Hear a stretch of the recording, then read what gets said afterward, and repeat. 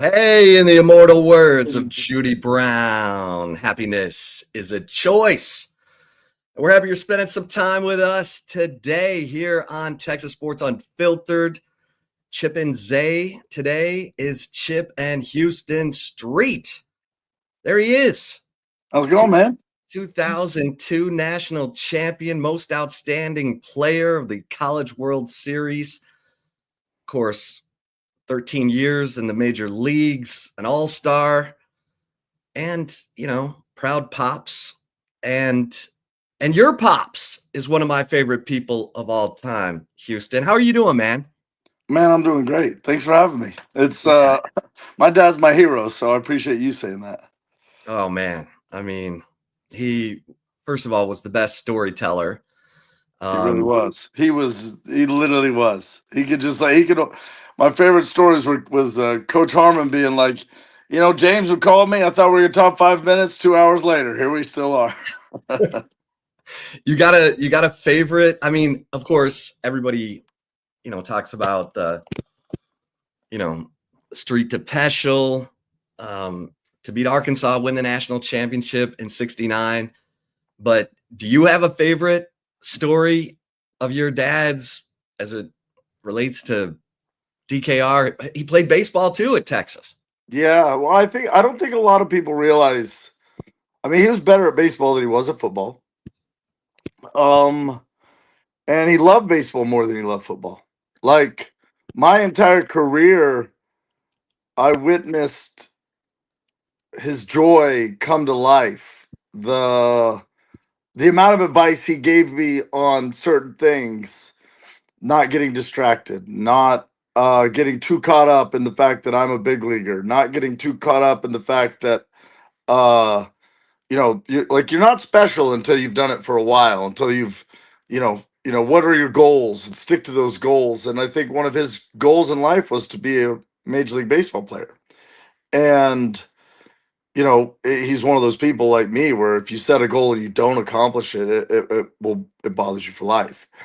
And so I think with me, he was kind of able to be unbothered. He was kind of like, hey, and I've told him hundreds of times, like, Dad, like I wouldn't be here without you. Everything you taught me is, that's the reason I'm here. Yeah, with all due respect to Augie Greedo and Tommy Harmon and Frank Anderson, my coaches at Texas, and Tom Holliday was my pitching coach my junior year. To all my coaches I ever had, to my high school coaches, my dad was still the best coach I ever played for. Like, and that's hard to say when you played for Augie Greedo and the names of the coaches, Mike Sosha and Bud Black and Ron Schrader, my high school football coach. These are people that had tremendous success in their lives and are esteemed as because they deserve it, amazing coaches. But my dad was still the first person that taught me the principles of sport, and I'm so thankful for that because without him, I wouldn't be here. But my favorite story is are some of the discipline stories from that process from Little League. Sorry, I'm on my phone. I'm waiting for my computer chip to load in. But if the screen moves, I apologize. But he was real big on attitude. He was real big on what is real. What is real is not getting hit. What is real is not getting a strikeout. You're 12. That's not real. It's not a real strikeout. So so do you stay confident in a moment when you're pitching poorly? Do you stay humble in a game when you're dominating? Those were the types of things that honestly were so profound to me in my life that and it was every day. There was never he never missed a moment. There were still there were times in the big leagues where he would say to me, hey, because like I said, he loved baseball more than I love baseball. Like I played baseball. I enjoyed baseball. I was good at it. But like I didn't love it like he loved it. I still loved it, obviously, but not like he loved it. Like he had a special affection for the idea of the sport. And I'd call him after most games and he'd be like, hey bud, so on that one pitch, Did you see him? Did you see him kind of leaning right there? Like, did you see, like, is that why you threw the high fastball? And I'd be like, that I was trying to go down the way. I just missed it up.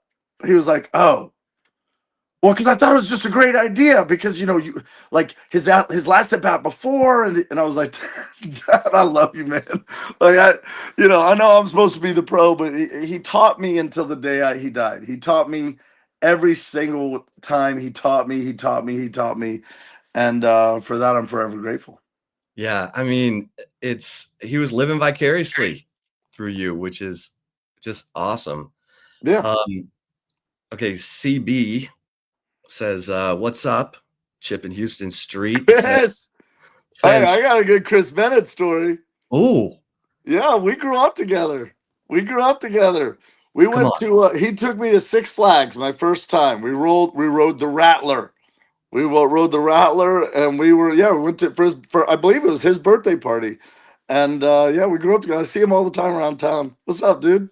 oh my God, this might be a different Chris Bennett because this Chris Bennett lives in Washington State and has been a volunteer producer for me for 20 years." Well, that's just a random coincidence, but thank you, Chris, for taking me to the Rattler, and thank you for saying my dad's number should be retired. I agree, but I also I would say this: there is no place on earth that's done more for my family than the University of Texas. So I will, but my dad always literally the last night of his life. That was his last piece of advice to me was stay close to the university. He literally said, hey, and my dad was being dead serious, and I could tell he's like, hey, this this professional baseball thing is cute, right? Like now I'd finally done it, right? Like I'm 10 years in. It's no longer like he's hoping for me to be good. Like I've established a career. And so now it's, time to learn the last lesson. And he was like, just stay close to the university. That's awesome. We wouldn't be who we are without them. They are some of the best people in the world, most powerful people in the world, but always stay humbled and remember that like without 1966 to 1970, I wouldn't have had the opportunities that I had from 1970 to the day you were born in 83 until fall of 2001 to now it's 2013. But he was like, always stay humble and just remember that without the University of Texas, we wouldn't be here. Like we wouldn't. And I will, as I've gotten older, 21 years, 22 years since leaving, nothing has been more true. The way they've gone out of the way to help me, still trying to get my degree, which CDC stays on my butt about all the time. But you appreciate the love you're shown. It really is a family. Well, we got a lot to get into. Yeah. Sorry. Obviously, no. And people are asking, what's up with Zay? Quad wants to know what's up with Zay. Zay's on vacation. He'll be back tomorrow. And so, we're going to get into a ton of stuff. Your thoughts on Texas baseball, how you helped Troy Tulowitzki become a part of the Texas baseball program. But we might as well start with the fact that your dad was never supposed to be the quarterback at Texas. He was Right. fifth string going into, the 68 season. And you were telling me that you were, you played for Westlake, you played football for Westlake, baseball, but you said when you went to Texas in 2001 that you weren't, people weren't expecting you to be who you became. Heck no. No, we made the joke. We were, I think before the show, right? We were talking, and so we were talking about this team this year, which we'll get into, obviously. But no one You knew were I a was legacy me. take. Honest to God, I told you I was gonna tell this story, and Buck Cody, if you're listening, he's still one of my best friends. We get on campus, and first week of college, you're gonna go visit. There's my cat. That's Podge. Everybody, hello, Podge. His name Podge because my dad, if he didn't know your name, would call you Podge. Podge. Right? He'd call you Podge. So, and he also calls his friends Podge. But I asked my kids to name my cat, and they couldn't come up with a name. And then I went and got the cat, and the cat didn't have a name, and he was going to be with me for 4 days before my kids got there. And I couldn't live in a house with an animal and just call it, "Hey, cat." So like, I was like, I don't know what to call you, and I started calling Podge. that's why his name's Podge. His name's Podge. Podge. Yeah, hey Podge. Hey, dude, you're all right. Well, he wants to be in. That's and right. We so- have pets on our shows. It's a pet friendly show. Yeah, I mean, look, like I'm not a cat guy, so I also want to clarify that, like dude with a cat, like I'm not a cat guy, but my kids made me get it, and now I love him, so now I am a cat guy. But yeah, no, I was definitely a legacy pick. I was definitely, look, I had a good slider. That's about it. I threw 88, 89, which I mean that's pretty good for 2001, like college or high school baseball, but I wasn't sitting 88, 89. The Frank Anderson and Coach Harmon really, I think they made me feel from day one like they believed in me, like I wasn't a legacy pick, and that to me was the first step in the process to, if I'd have gotten there and I felt like I felt like I was a legacy pick, and I was, and I had to earn just the right to be there, even though I was there. I think that would have changed a lot for me. But to the extent that I was a legacy pick, we were all freshmen. We're all supposed to go to some fraternity party, and there was a miscommunication. I was supposed to wait for some of the guys. I got told by some of the other guys, "Let's go."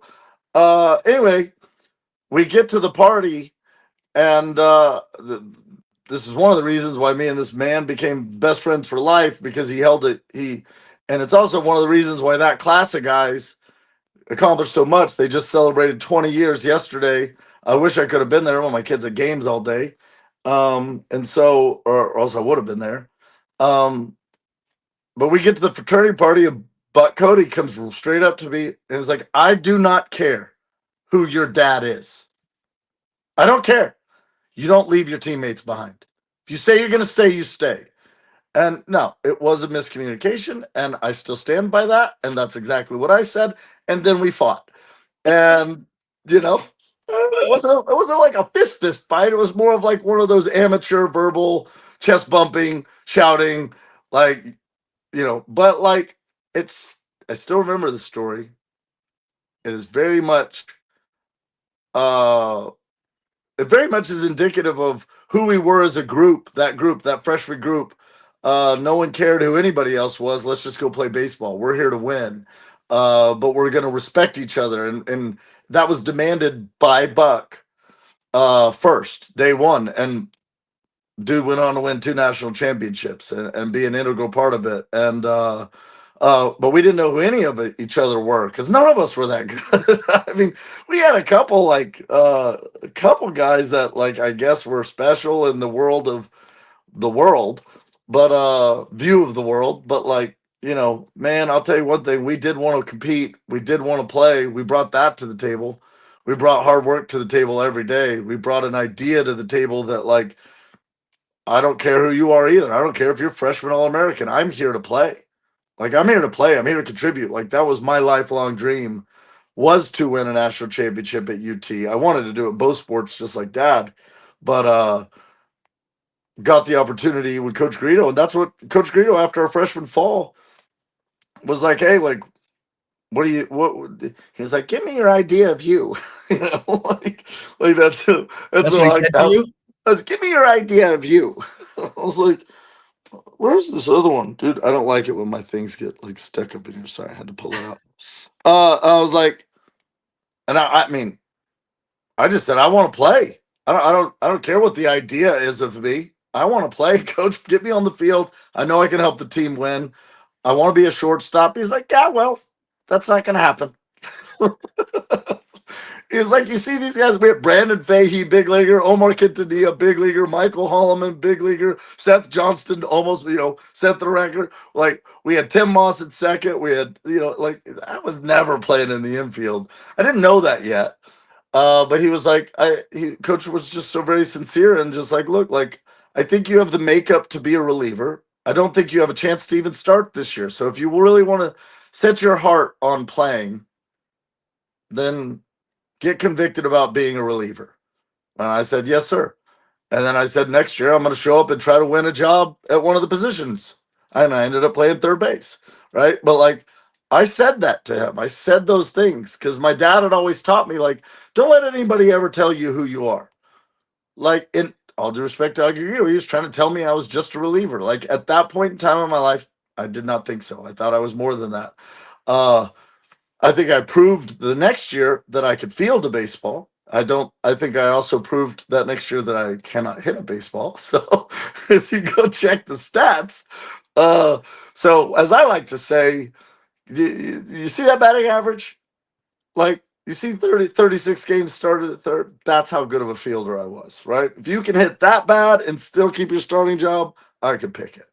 But, and then Augie again the next year, I wanted to be a starter. I mean, literally my entire Texas career, I wanted to do something other than what I was doing. I just wanted to do more, I should say. I love what I was doing, but I wanted to do more. And that year, after that fall, Augie sits me down and is like, I think you can affect more games as a closer. I really think you can. I think you can come in 35 to 40 games, throw 2 innings a game, and get 70 innings just like last year, and you will have affected, 35 wins versus a starter. Maybe you start 17, maybe you win 15 if you're the best. And I was like, coach, and I always would finish my meetings, coach, I'll do whatever the team needs. Like, I'll do whatever the team needs. And he knew 41 saves later. I'm sorry? 41 saves later. Still the school record holder. Your 1.31 ERA I might not be in a couple more years. What's that? I said I might not be in a couple more years. We got some kid up there doing it pretty good right now. Dylan the praying mantis Volantis. It's awesome. I love it. Records are meant to be broken. I mean, I honestly didn't know I had 41. I knew I had some appearances. I knew the College World Series 4 and 1 College World Series. But yeah, man, kids shoving. Honestly, like, I had guys that I looked up to. Charlie Thames was my guy who I came in, and he set the record with 19 in a season. And so I know that record because I never got it.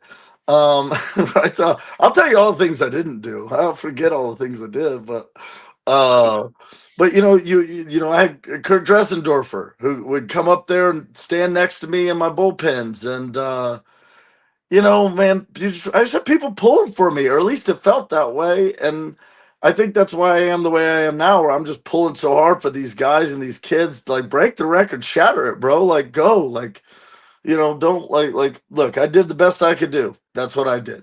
I will say that. Yeah, and it was remarkable. Still is. I mean, your name's up in Dishfalk Field. Yeah, that is the coolest moment of my career. It was. Hands down. Sorry, I'm gonna put a little sin in. I'm trying to quit tobacco. There you go. Yeah, I have quit tobacco. Let me say it differently. But my dad says the way you quit anything and the way you win anything is one day at a time. So you've never quit. You're just not going to do it today. Yeah. I'm not going to do it today. Yeah. What? Take me through it. Like, you get the call. Hey, Houston, who called you? How did you find out they're retiring your number? Well, they didn't call me. They wanted to surprise me. Okay. Look, I'm going to be honest. I'm a closer. Okay. I'm a closer, which means I can't get this camera angle right. I'm trying to get it right for you, dude. But my computer is dead and it won't turn on. I had a whole little setup over here, keep my face straight. I'd have to hold my phone. My elbows would be sore at the end. So I'm a closer. I'm on my own schedule, bro. Like, Like, you want the game won? Do you want the game to? I always say to my teammates, do you want the game to last another 45 minutes? Then let me do my job. Okay. Like, don't tell me when to stretch. Don't tell me when to throw. Don't tell me. I don't believe in the rules. I hate meetings. I'm going to do all the meetings that I need to do with myself. Like, I did the exact same thing every day for not 13 years. That would be an exaggeration. But for the last 7, 8 years, once I really figured it out, once I really decided I wanted to be truly great, and once I learned what it took at that level, so like I was prepared. I was as prepared as I thought I could be. So anyway, now I get into civilian life, and it's time to show up every day up there at the dish, on time for meetings. I wasn't good at that. I was never good at that. Like, like I'm a closer. Like, I don't play until 10:30 p.m. Why do I need to be here to talk about hitters at 1:30 p.m.? Like, so they called me. So the And coaches loved you, is what you're saying. dude, well, I mean, my save percentage was pretty good. They did not love it when they visited the mound. I'll tell you that much, because I didn't like them coming to the mound either. Don't interrupt my rhythm. And you know, um, without using any choice words, it was, I need you to get off this mound. I don't know why you're here. Right? Like, if you think I need a break, I don't. If you think I need to be calmed down, that's going to make me worse. Like, what I need to do is turn into an animal and decide that they're not getting a hit. And that's what I'm trying to do right now, but I'm trying to make you feel good that I feel good. Like, I would say these things on the mound, man. The mound visits were always unpleasant if you came out to see me, because usually they're coming out to the mound, right? Because I'm doing bad, right? So I'm already in a bad mood, like I'm already, like, I didn't like to be talked to on game. Like, from the 6th inning on, don't talk to me, don't speak to me. But anyway, I get tangent. I love tangents. Yeah, no, I really He do mean this surprised though. you. It was the most special. It was the most special honor I've ever received. And the way it went down was hilarious. Was that they called me like 92 times. Hey, like the day before, hey, we got an important meeting tomorrow morning. Tomorrow, right? Tomorrow team meeting. Like an hour later, Tulo calls me. Tulo, like, doesn't, he knows me. He was my teammate. Hey man, make sure you're at this meeting, bro. We need you to be at this meeting, right? Then I get one from Kat, my advisor for school. I just call her my second mom, but like, she's amazing. But like, I Cat get one, Houston. yeah, I get one from I don't think CDC called me, but when I got there, CDC was there. And I was like, oh shit, boss. Oh, excuse me. I was like, oh, boss is here. Like, okay. I know now why I needed to be here, because CDC makes a point to come meet with all the teams, to check in, and to deliver something if there's an update or so. He's really, really good at communicating with the athletes. And so I'm sitting there, but it's just another meeting to me, right? Like, I'm just waiting for it to be over, right? Like, I'm sitting there, but then I'm listening, because I'm always listening. And so all of a sudden they start talking about some stuff that's like, we're going to honor this and we're honoring this. They start talking. All of a sudden I'm like, that sounds like me. And oof, yeah, it was special. So Sorry. who said the final words? That CDC. Okay. CDC. So he Yeah. said, "We're retiring your number. It's happening on this Yeah. game." No, we decided we were going to pick a date. COVID interrupted that. But I hugged him. I mean, I got up out of my chair and hugged him. Yeah. Yeah, I bet, because that was a huge deal, and I agree. I think your dad's number should be up there. But hey, My dad always talked about that, though. My dad always liked the university gave me everything I needed. I mean, look, if his number ever gets retired, so be it. They put a statue of him out front. They've honored him in every way possible that they can. Um, you know, But look, I'm pretty excited about watching Arch wear number 16. So, I mean, maybe when his number gets retired, they'll retire them together or something. But you know, Dad always used to talk about the quarterbacks that wore 16. He's like, that guy has to be good, like, but he would pull for number 16. Like, whoever was 16 on the Longhorns was probably one of my dad's favorite players, no matter who it was. Like, I literally remember this quarterback, Marty Cherry, who Oh yeah, ended up being a model, model. right? What? Yeah, beautiful human, right? And Dad was like, of course, Dad loved that. Well, you got to be beautiful to wear 16. You know what I mean? Yeah, Dad Well, loved, but see, he wore 16. You said he's a fifth string. My dad used to joke. I still don't know if this is true or not. He used to joke that he was a 16th string quarterback. Um, and so, yeah, like and that's it's why I wore crazy. 16. But that's why I wore 16. I wanted to wear 16 in college, right? But Augie had 16 on baseball for baseball. Dad was number 5 in baseball, which is why I was 25 because I was the second 5. And so but I didn't pick that number either. They told me that. Like I didn't be like, oh, I want to be the second 5. You know what I mean? And now I honestly I sign most of my autographs 16, like the 4.5 I do each year. But like because 16's in honor of my dad. Like it's for him. Well, But there's another. my number up there 25 uh is still him. Like he's still sitting right there. That's awesome. Well, there's another 16 on the Texas football team, Michael Taff, Yeah. Oh my who God.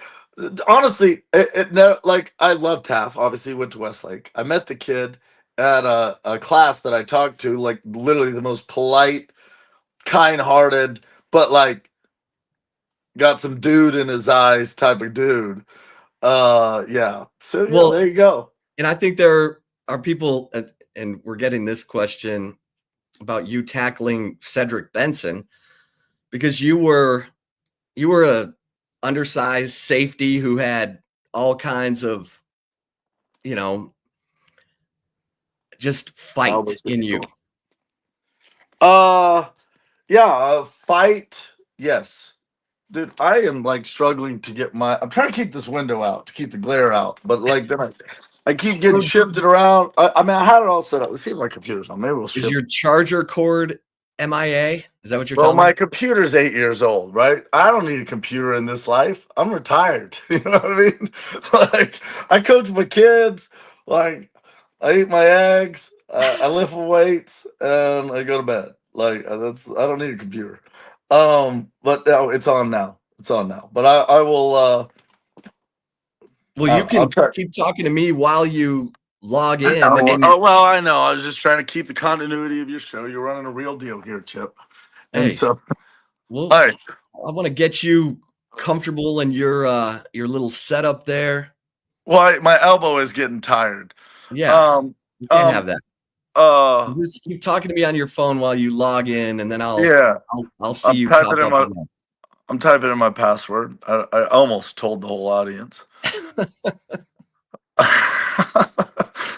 It's my password for everything too. So like, you know, I'd be, I'd be in trouble here in a second. All right, I'm connected to the internet. Wow, I'm just shocked that my computer still has the passcode. Yeah, tackling Cedric Benson. That's another funny dad story, actually. Because, like I said earlier, I really wanted to be like my dad. Like I wanted to go to UT from the time. Like one of my first memories is a UT football game. Like it literally, like I don't like like what's your first memory? Like I remember sitting in section 6, row 24, seat 5. Like, on the west side. Like, I remember that. I was 5. Like, and I remember that. All right, I'm trying to stream in. And so, can I be on both? Can we get like 2 sides of my face? Yeah, No, I'm just kidding. it'll be crazy. Yeah, no. Enter the studio. Accept, dude, I gotta accept cookies. What are you doing over here? Oh, I didn't I know don't that. know. I think the lighting might be better on my phone. It definitely looks better on my phone. Whatever. I'll just hold my phone, dude. Really? I don't like to break a streak. I don't want you to. Yeah, well now I'm starting to think about like, man, I need to get my elbow a little tougher. That's serious, bro. You got to compete with everything in your life at all time. My Hey, therapist says that's a problem. But and so so Westlake's playing Midland we're League. playing Midland League. My dream in life was to win a state championship. So I had two dreams as a child. Go to UT, play football and baseball, and that was going to be the end of my career. Win a national championship in both, because my dad always told me, my dad pulled his grow in his junior year. And he always told me he pulled his grow in his junior year, and I'll get back to Cedric Benson, but like he told me he pulled his grow in his junior year because, they won the national championship, and he said, I got around all these fancy people. So I didn't do my leg work, but I didn't do the right exercises. I didn't do what it took. I didn't do what it took. And I knew I didn't. And it always bothers me. And at that, when he was telling the story, I don't know if it's true, but I'm pretty sure it's true that no one has still won two national champions in the same year in two different sports. I don't believe that's happened. Yeah. Right. And Dad was like, I'm 100% sure if I would have been healthy, we would have won the national championship in baseball that year. But he didn't get his work in. And so I set that as my goal, right? Like, I was never trying to live up to Dad. I was like, you said, living vicariously. Like, he definitely was, but in a beautiful way, not in a about him way. And Right. I was living vicariously through him, but not in a pressure way. Like, I had so much respect for him. Like, you didn't do it, I'll do it. Sorry. And so anyway, that was my goal. My goal was to get to UT and win both. And then Senator Benson happened. Yeah, Senator Benson happened. And the reason it's my dad's story, look, they say I had 23. I've seen 23. Some article printed 27. I definitely wasn't 27. It was in the 20s. I had 20 something plays. I don't call them tackles. 27 plays in which he and I collided and he fell down. Right? The guy ran for 5 touchdowns, 255 yards. I was on the front page of the paper, him trucking me. Like, I showed my kids the picture. They're like, Dad, oh, that's the worst picture I've ever seen. How'd you ever recover from that? Like, and they weren't talking about it physically. They were talking about it emotionally. Well, the fact that you, as a safety, were having to make all these tackles, what the hell was happening at the line of scrimmage? Hey, man, they had Eric Winston. Like, look, that my high school football team, we were studs, and I will never talk bad about those men for the rest of the. Still to this day, it's my favorite team I think I've ever played on, other than my college baseball teams. That team was so special, but we ran into Eric Winston and their coach and Midland Lee and Cedric Benson. Like, I mean, the fourth play from scrimmage, he runs like a little dive play, and takes it to the house. And I mean, I never seen somebody get to someplace so fast. And so I had to start cheating. But I mean, he was a man amongst boys, and Winston was like He-Man amongst boys. I mean, just tossing guys to the side. And I had so much respect for. We all became friends after that. And Augie actually asked Cedric, because Cedric got drafted. Yeah.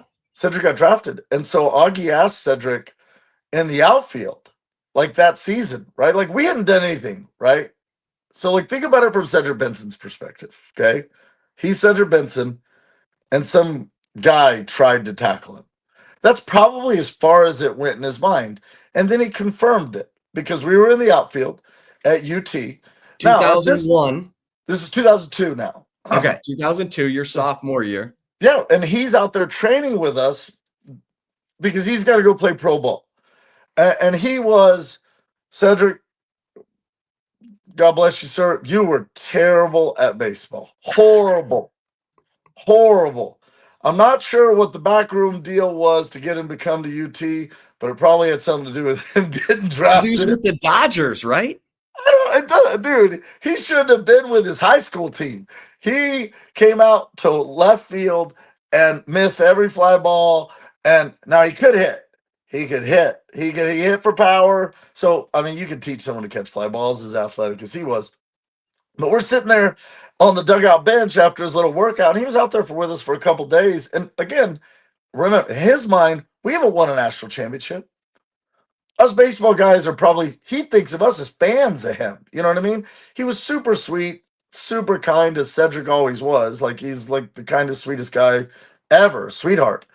Um, but he was also like trying to, like, like not, have us fanboy out on him. So it seemed like he was trying to get out of there. And Augie was trying to like create a moment between me and him. Right. And he was like, "Hey, do you remember this guy?" And he looked at me and he's like, "No. No." He's like, "Who's he?" He's like, "This is Houston Street. Like, y'all played against each other." He's like, "Oh, for real?" He's like, dude, he did not remember me tackling him. Like, I made so much of an impression, 23 tackles, and he still, it was like 9 months later. He still didn't even, and we later joked about it. Like, and but it was true. It was so, like, he was a freshman in college at that point still, and I was a freshman in college. We haven't won a national championship. Well, then we go on to win a national championship. And Yeah, I was now, gonna of course, say things had to have changed at that point. yeah, but it was so beautiful the way that in that moment it was so pure. Of just like, he looked at me, he's like, "This guy?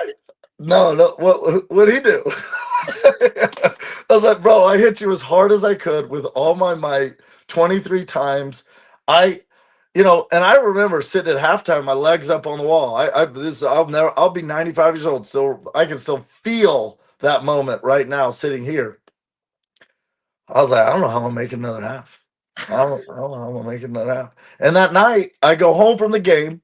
I can't. My bedroom was upstairs at my parents' house, and so I didn't even make it upstairs. Couldn't even summon the energy to get up there.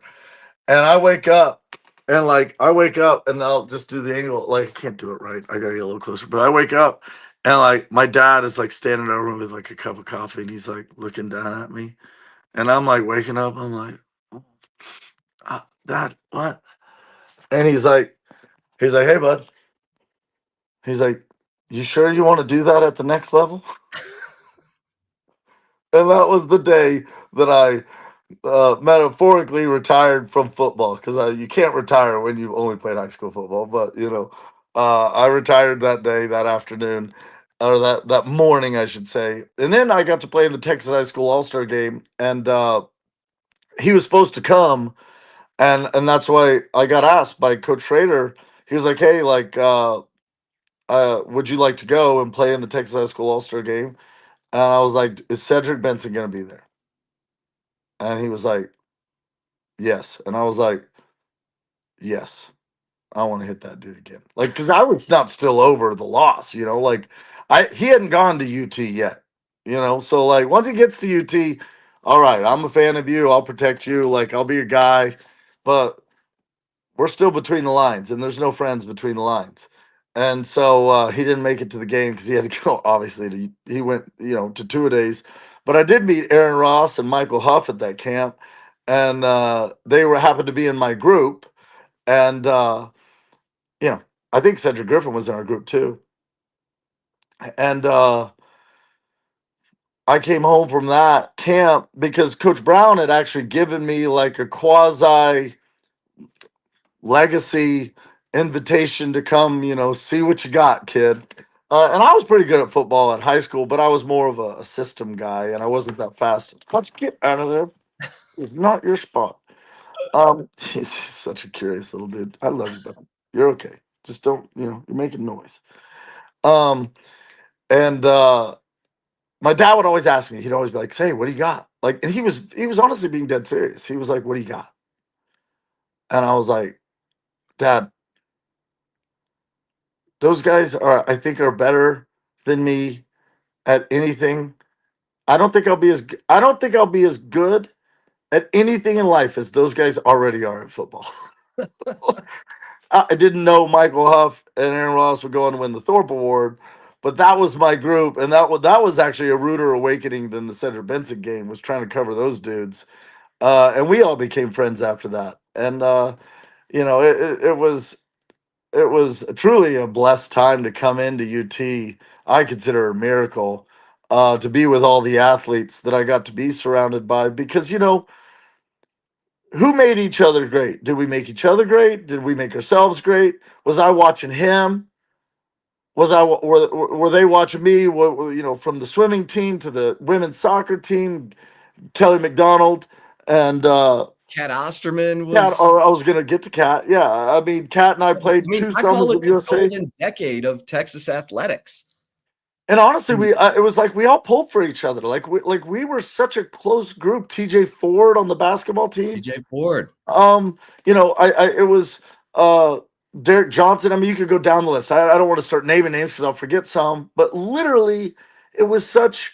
And honestly, the coolest cats in town were the Texas men's swimming and diving, because they were just winning national title after national title after national title, then setting world records with Aaron Pearsall, Brendan Hansen, Ian Crocker, and we also used to hang out. I should say, hang out, after hours with each other, and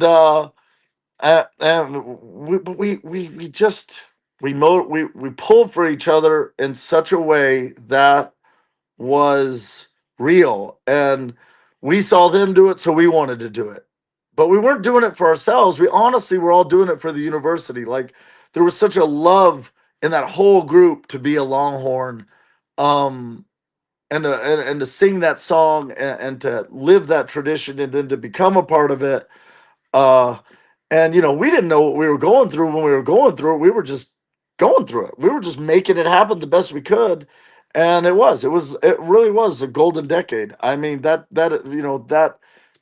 of 2001, it's, I'm not going to say it started it, because it comes from the past as well, right? Like I said, there's so many people from the past that were standing there. Everyone, it's all a family. Every year matters. It's just some of the years you get to crown yourself national champion. And some of the years you don't, but it never changes the fact that, like, I became fascinated with greatness. Um, and a lot of that was because I get to watch all my peers do great things. Well, Double D says it seems like we're having a resurgence of that now. Yeah, it does, doesn't it? It Three does. directors, Hey, 3 directors cups in the last 4 years. Football. start, and it starts with leadership, right? Chris O'Connell.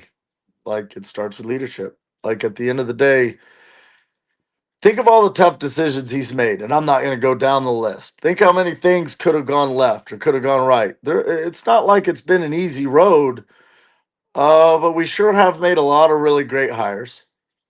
Uh, Jim Sausenagel, one of them, right? Um, we sure have put a lot of people in a position to win, which is CDC's job. And yeah, it is a resurgence. Yeah, I do believe it is real. The Texas team was one play away, was in the game to go to the national title 2 years in a row. Like, that's really good, you know. Uh, and that's was that football team, and Coach Sark, and Ewers at quarterback, and now transitioning to Arch. But it's because it starts with leadership, right? But I mean, you've got leaders on both sides of the ball. What, we have the most guys drafted this year in the NFL draft. It's real. It's very real. And I mean, for me, the thing that I'm blessed, the reason I consider it a blessing now is because my kids get to witness it.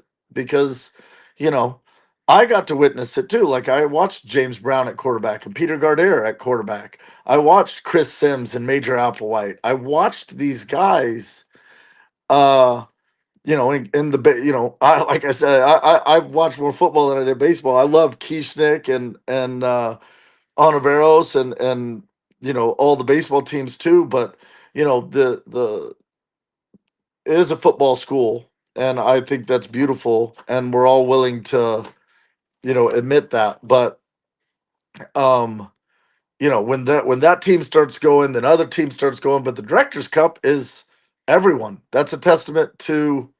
Is it Directors Cup? Did I say that right? Yeah. Yeah, I said that right. Sorry. Good You know, job.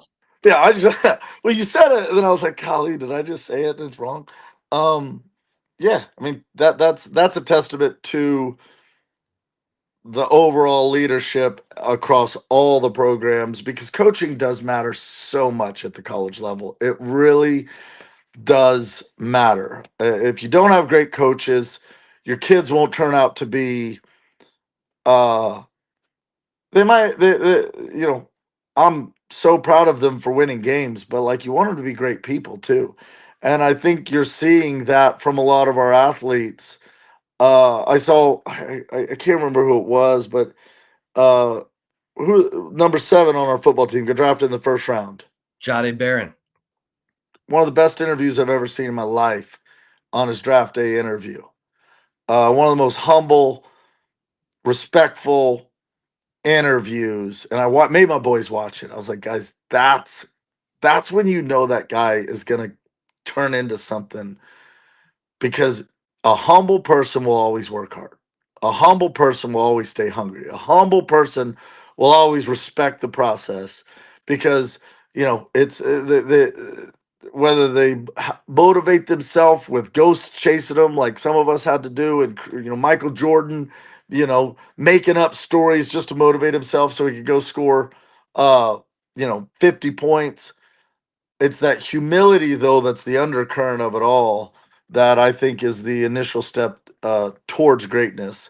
Is and that comes from your coaches at this level, and I see them developing that. I really do see it. It shows up in their interviews. It shows up in the classy nature of winning. There's something iconic about sports, but there's something just classic about a true champion. That lasts forever. Well, so Augie Garrido had won 3 national championships by the time he got to Texas. Yeah. Your team in 02 was his first at Texas. Mm-hmm. Sometimes coaches get into what I call legacy prison, where they're like, I'm a made man. You are failing me.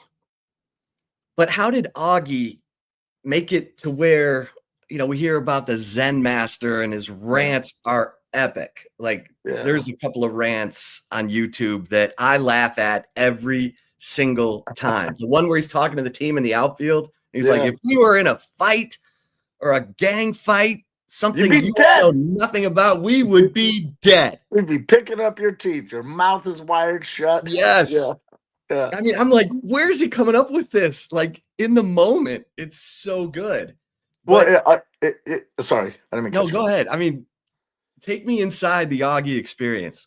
One of my favorite moments in one of those rants is when he slams the table. I'm gonna have to live with this game for the rest of my, and he says a few other words, life. And if you interpret that the wrong way, okay, you would think that's about him. That's not what he was doing. I wasn't in the room, but I know Augie. That was the 2016. But he was communicating, and I'll send you after this. I'll send you my favorite speech that I found on the internet that I think more completely exemplifies him. Because what he wanted us to do was he wanted us to understand that I had a saying that I said one time. I said, there's a universal truth to the process of doing things right. And I literally said that one day in the training room on the Rockies, and my GM, Dan O'Dowd, put it up on the wall. And I learned that from Augie. That was straight from Augie. The process, stay in the moment. Everything is a choice, but have a respect for yourself first. Have a respect for this opportunity. Have a respect for what it means. And why he had to live with it for the rest of his life wasn't because they lost, because he wasn't getting through to the kids. That's what it was to him. He wanted to make the kids understand life. He knew most of them weren't going on to do nothing in sports, but they were going on to do something in life. And that process would be profound in their becoming in whatever arena they choose. And that process would become profound in who they were as a father and who they were as a husband and who they were as a business partner, who they were in their friendships, which is why he told us that this is all about relationships.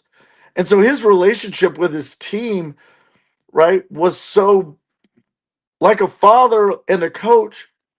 But he went on these rants because your kids, and he's seeing you not get it, and he's going to watch you create a habit that could become a character flaw.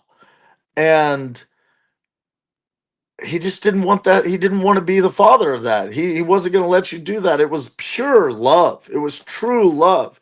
And and the teams, in my opinion, that understood that really, which we did. I mean, we marched to the beat of his drum, right? And it was zen, but it was honestly now I'm 41 years old.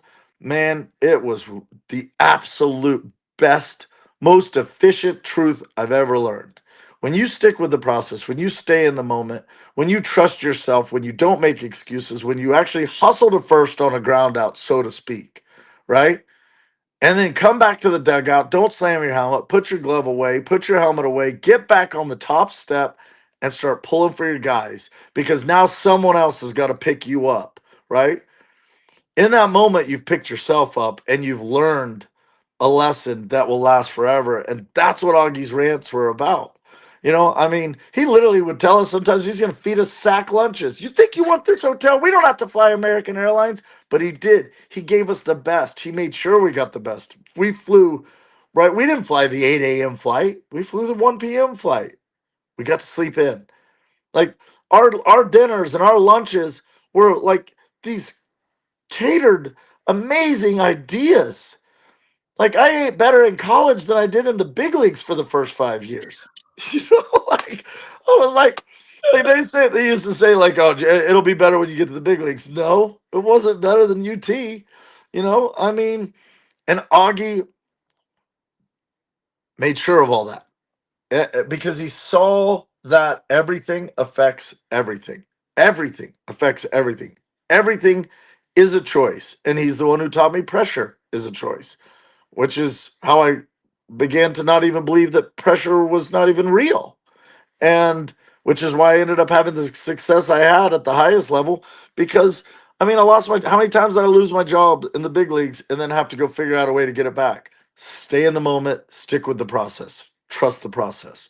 That was all Augie. And, you know, I'm not going to say it was all him, though. We had Tommy Harmon and we had Frank Anderson. Two of I mean, Frank Anderson lowers my arm angle, changes my entire life. Right, that one moment in the Stanford bullpen changed my entire life. Tommy Harmon told me every day I couldn't hit. Right, but he didn't say it that way. He's like, I don't understand how you can't hit. He was like, you're the best fall hitter I've ever seen. You can hit. You just don't think you can hit. Right. But, you know, you couldn't wear your hat backwards on the field. Coach Harmon, you know, it was such a beautiful family and they all fed off each other. And all of us players took something from all three of those men. And I obviously had Coach Holiday for 1 year. But, you know, my profound beginning my freshman year was with Coach Garrido. And like you said, my favorite Augie Garrido moment is the speech he gave us right before the 2002 national championship game. He walked in and he just said, hey guys, I can tell you a lot of things. There's a lot of things you expect me to say. There's a lot of things you're probably already thinking. But I'm just going to tell you that the world treats winners different than losers. All right, good luck today. And it was like 19 seconds or 25 second speech. And I was sitting there in that moment where I understood that probably better than anybody in the locker room because I had heard that story told to me so many times through my dad, you know, when he's like, my dad compared it so beautifully to like this idea of what is real. And bring that back to Augie in a second, but right, he said, what is real, bud?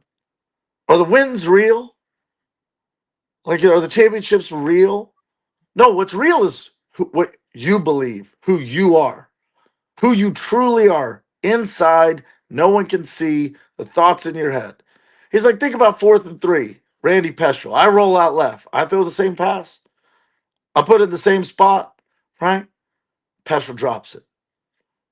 Now all of a sudden, the story is like, well, that James Street, man, he got so close. Oh, Peschel catches the ball.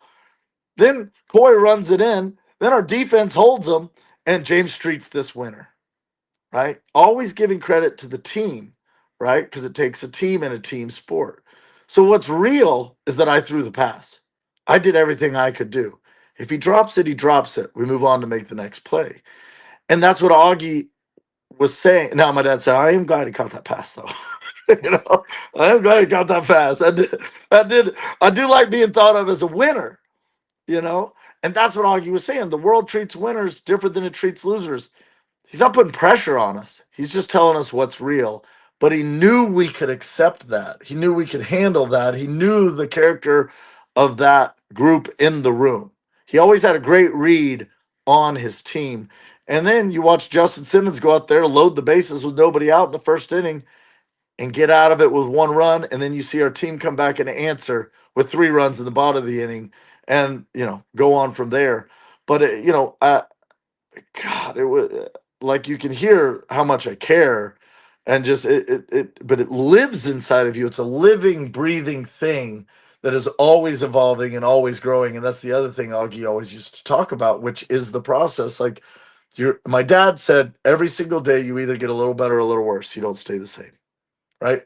But winning is being the best you can be, but only if you gave your best. Only right? That's the truth. That's what's real. That's what those rants are about. Is he's witnessing a bunch of people that pretend like they're doing their best, so it ain't real. They're not actually doing their best, and he wants them to. That's what the rest of his life means. Like if I can't get and that's why you see him in so many of his speeches. He'll say, "I have failed you. It is my fault." He's not doing that. He was never doing that for show. Nothing was for show, even though it might have seemed it. The guy had a reason, he had a method, he had a plan. And he had the best sense of humor. Because I'll tell you real quick, Augie story. So I'm out on a date at Vespaio, the Italian restaurant down on South Congress. Yeah, best Italian food in town. Yeah, finishing up dinner, Augie comes in with a couple of guys, and I'm like, okay, I'm going to go over and say hi to Augie. I said 3 things are going to happen. 1, he's going to call me Charlie Brown because he loved to call me Charlie Brown, which, I'm like, I was a decent tennis player. I'm not the guy who gets the football pulled away from him. But anyway, I said the second thing is his eyes are going to go right to your boobs, and then he's probably going to drop Kevin Costner's name immediately. Yeah. And so we walk over there. I'm like, Augie. He's like, Charlie. And his eyes go right to, my date's boobs. And then I'm like, how's it going? What have you been up to? And he's like, just got done doing some reshoots on the movie with Kevin. This was when he was finishing up for Love of the Game. Love of the Game. And I was like, check, check, check. And then when I decided to get married for the first time, Mike Fercucci was the baseball SID. He goes, hey. What a beautiful human. He said, Augie, Chip, needs to ask you a couple questions. He just got engaged. And Augie looked at me and he's like, why would you do that? He's like, I've got 3 houses and I don't live in any of them. He's like, just rent. Tell me you'll rent. Don't buy. And I was cracking up. Oh man, Augie. Well, my favorite story, and I've never told this story, but since you shared, I'll share. I got to college and I got a fight, and I lost that fight, and I lost it badly. My nose has a little bump in it. These guys, but it wasn't my fault. This was not the fight with Buck at the fraternity house. No, this was not the fight with Buck. Michael Holloman actually saved my life in this fight. Okay. But anyway, I show up to, the field, and I mean, you can't. I'm gonna show up, but I mean, my eye is Like black, Rocky Balboa. black, and Augie is in the. Augie sees me and he looks at me. He doesn't say a word, just walks on by. Right? I'm just like, oh my god, I'm gonna get this. This is you're embarrassed. Not because you lost the fight. I mean, I did go take fighting lessons for the next 20 years after that. Yeah. I'm never losing a fight again, I'll tell you that much. But anyway, you're embarrassed because it's like you did it, and you shouldn't have gotten in a fight, and that's just silly, and it was really stupid. I'm thankful that Michael was there, and another guy, Kevin Hart, and so anyway, we're all like on the field, and I finally walk out. Augie was just waiting for me to walk out. He's like, everybody, take a look.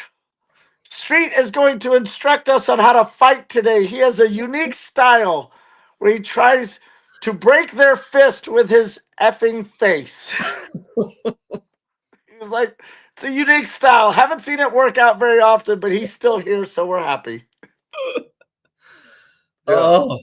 And to add to that, if you look at the national championship photo, because I did not know that was photo day. If you zoom in on the kid sitting in the bottom right, I always want to be in the middle of a picture, okay? Right? Like leaders stand in the middle.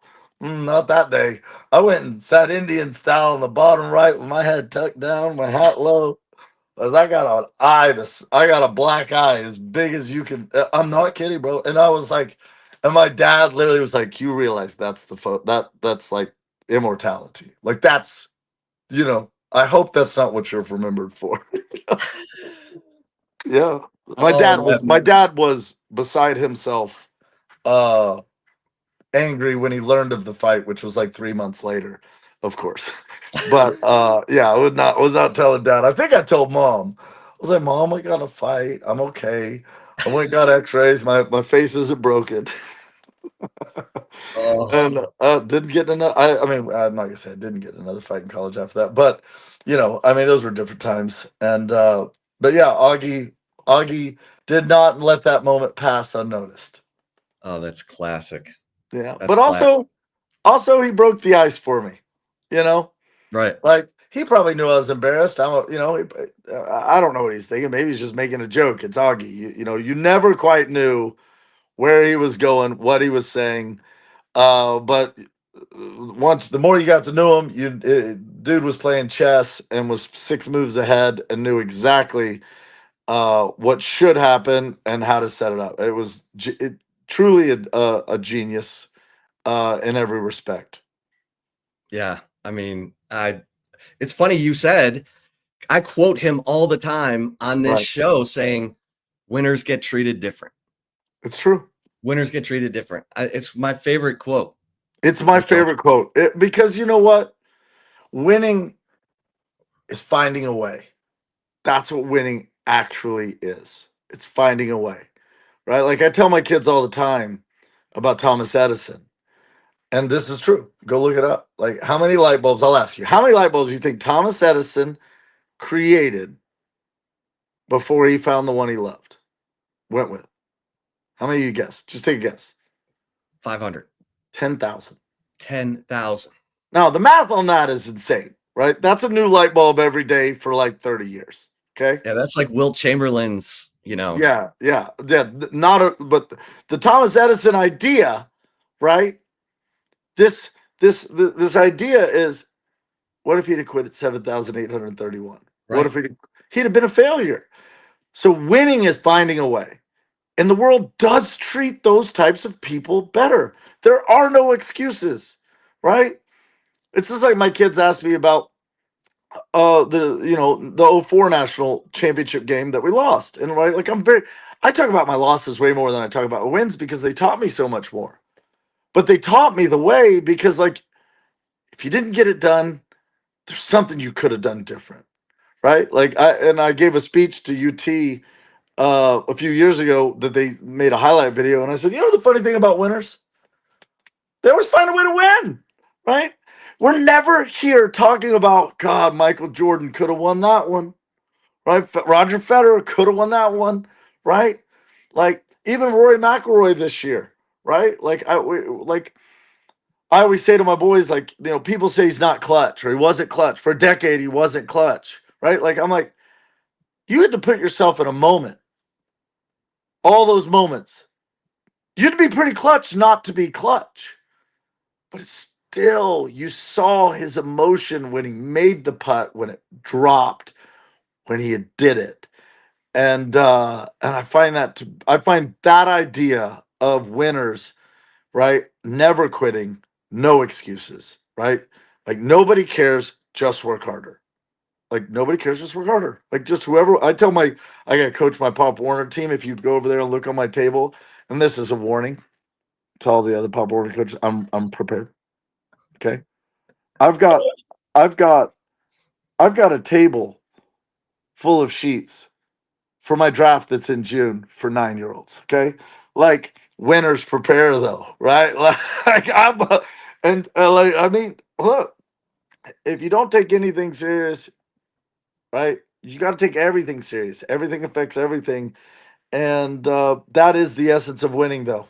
Like, that is the essence of winning. Like, and that is the essence of why my dad told that story. I'm glad Peschel caught the pass, right? Like, if I'd have listened to Taylor Teagarden in the '04 National Championship game, we'd have won that one. Called fastball inside 6 times in a row to Danny Dorn. I didn't do it. Ball goes over my left fielder's head because I was stubborn, right? But again, what makes that other team special, Danny Dorn with that double, right, is he found a way, right? And so what I always tell my kids is like, you know how when you're watching a game and you just know the hitter's going to get a hit, or you're just watching a game, you just know the pitcher's going to throw the pitch to make a strikeout. Why do you think that is? Why do you think that feeling is so palpable from the TV to your heart, to your presence, to your consciousness? And I'm like, I just believe in conviction. It's conviction. And the ball knows. The ball has a consciousness and it knows. And so sometimes you see a moment where you don't know what's going to happen. Right. And I don't know if neither one's convicted or they're both so convicted that it's like an unstoppable force meets an immovable object. But I can tell you this, Michael Jordan was convicted and there was no one that was going to beat him. That shot was going in. Because his conviction, and I always use Michael Jordan because I think he's the best athlete ever. He's my favorite athlete ever because uh, I don't know if there's anyone more convicted and who exemplified that idea of finding a way more than he did, and that's why he never lost in the championship, right? And so it's like that is real. It is real, and it's why it's so great because it's so hard to hold on to. It's the easiest thing to understand. Just be convicted and it'll work out. But can you really do it? Can you actually invent a new light bulb every day for 30 years? Right? Like that's what greatness is really made up of. But it still goes back to the, one day at a time. It's still a one day at a time approach. And my dad used to say, you know why McDonald's is so good, bud? Because they're willing to do the same thing every day. Right? And it's consistent across all their stores. And he was like, that's the reason most people aren't successful. They get bored with the process. They get bored with doing this. They get bored with doing that, or they got to change it. And I still eat McDonald's, right? Out of respect for my dad. No, I'm just kidding. But it's such a true thing, man. And like, it's so beautiful to see when you see it in young kids start to get it. And I think that's what Augie was also about. He relished that idea, man. He just really he wanted to see the moment in your eyes where and my dad used to call it it. He's like, bud, there's something about it. And everybody knows when someone has it, and people with it, they can recognize it in someone else. And the funny thing about it is those with that don't have it are always wondering what it is. They're always asking, "Do I have it?" Right? Man, if you have to ask, you don't. You know what I mean? And so he's like, "But the question I always ask," and he asked this question to the day he died: "Can you lose it?" And I don't think you can. I still don't have an answer, but it is a practiced discipline. And Mike Tyson has my favorite quote for discipline, which is, "Discipline is doing what you're supposed to do, even if you hate to do it." Right? But then he adds one little part. He says, "Discipline is knowing what you're supposed to do, even if you hate doing it, but doing it like you love it." And that to me was just like exploded my brain, because as you leave sports and you get into the grown-up world and you've got so many choices, and I mean, like, what am I like? I'm gonna go to my son's little league game today at 5:30. He plays in the championship. If they win the first one, it's double elimination. They already lost once, right? So like, what is my discipline, right? How do I maintain that at 40? How do I maintain that at 41, at 42, 43, right? Like, that goes back to the process. That goes back to, the idea, the understanding of winning is being the best you can be. And only you know if you gave your best. Well, I'm curious to get your take on, first of all, Jim Schlossnagle deciding to leave A&M the day after he coached them in the national championship game to go to Texas. Well, And let's then be clear. That's a logical decision. Yeah. I mean, yeah. Austin, College Station, Longhorns, Aggies. So much deeper than that, but sure. But no, I'm just kidding. Look, A&M's a fantastic school, but but there's no friends between the lines, and at first I judged him just for being an Aggie, right? Like, and I was like, is this really the guy we want? Because he's an Aggie. You know what I mean? But then I realized that I have friends that are Aggies, and so I shouldn't judge him for life for that. Maybe he's a decent person. No. Look, obviously the move was a huge move. Obviously, the the way it went down was obviously entertaining. And there's so much more to that story that I don't want to get into. But every coach wants to go where they're appreciated. Every coach wants to go where they can demonstrate their ability to teach others greatness. You and I talked before the season. You asked me candidly how I thought the season was going. I said I didn't think very well. Like, I didn't know, but I think I also made sure to clarify, hey, it's college. People step up. People step up. Like, and we talked about this earlier, like who are you before you're you in everybody else's minds, right? Well, I'll tell you, you have to be you inside of you. And I think a great coach brings that out of you.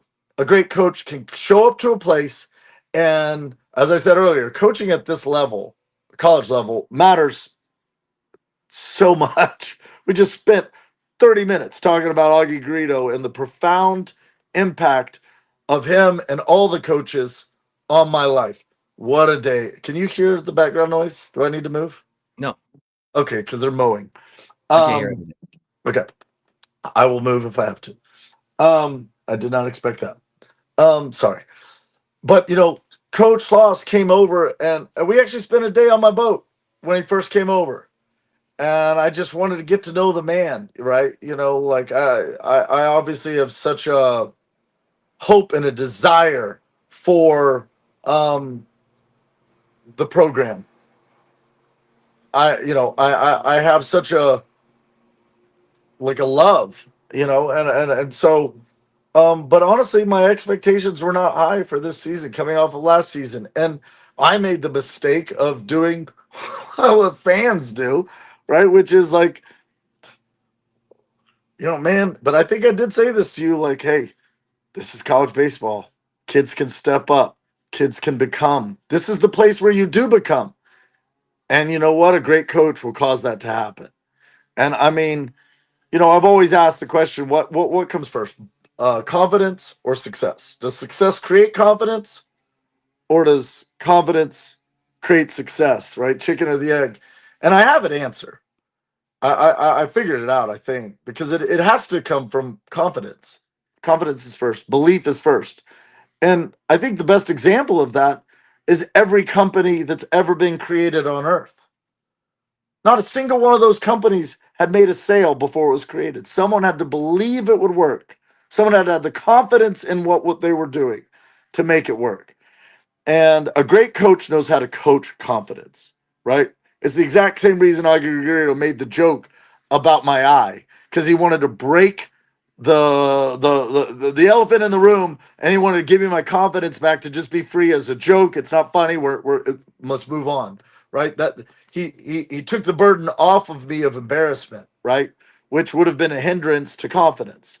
On that boat ride with Coach Sloss, and then meeting with his coaches thereafter, dude, like, those guys got it. Whatever it is, they got it. I was so excited.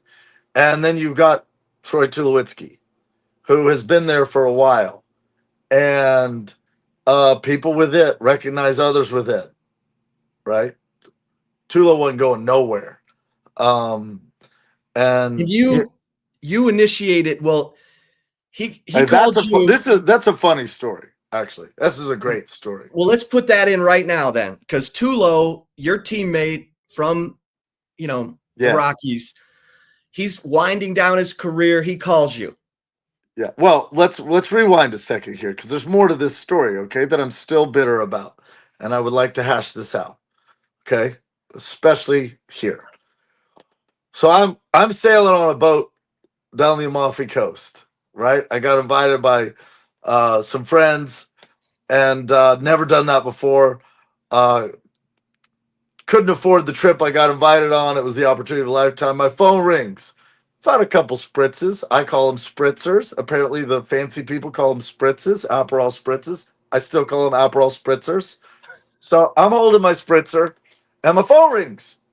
And it was like, hey, Huston, we'd love you to come back to the university and maybe help out. Just an informal invitation, but we also want to help you get your degree. This is CDC, right? I'm like, wow, like, my dad was right. Like, this is so real. These guys are protecting me. Like, they're looking out for me. And they honestly were. And they were being very genuine in that invitation. And I got my phone rang a couple more times. Just, hey, thanks for whatever. So anyway, Coach David Pierce calls me and is like, hey, I heard you agree to come back and be the student assistant. And I was like, what? I'm sailing in the Amalfi Coast. I was like, well, no, this is like 3 weeks later. And I was like, I mean, we talked about getting my degree. CDC is a great salesman, let me tell you. I love it. Honestly, it was the best decision I ever made because it started a process that I intend to finish, which is getting my degree.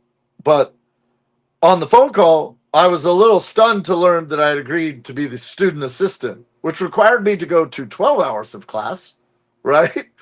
And so, me being me, I was like, hey, like, there's got to be some other way to get this done, right? Can I do 6 hours? I'll still come up there. There's all these rules and violations and codes, and we got to abide by it.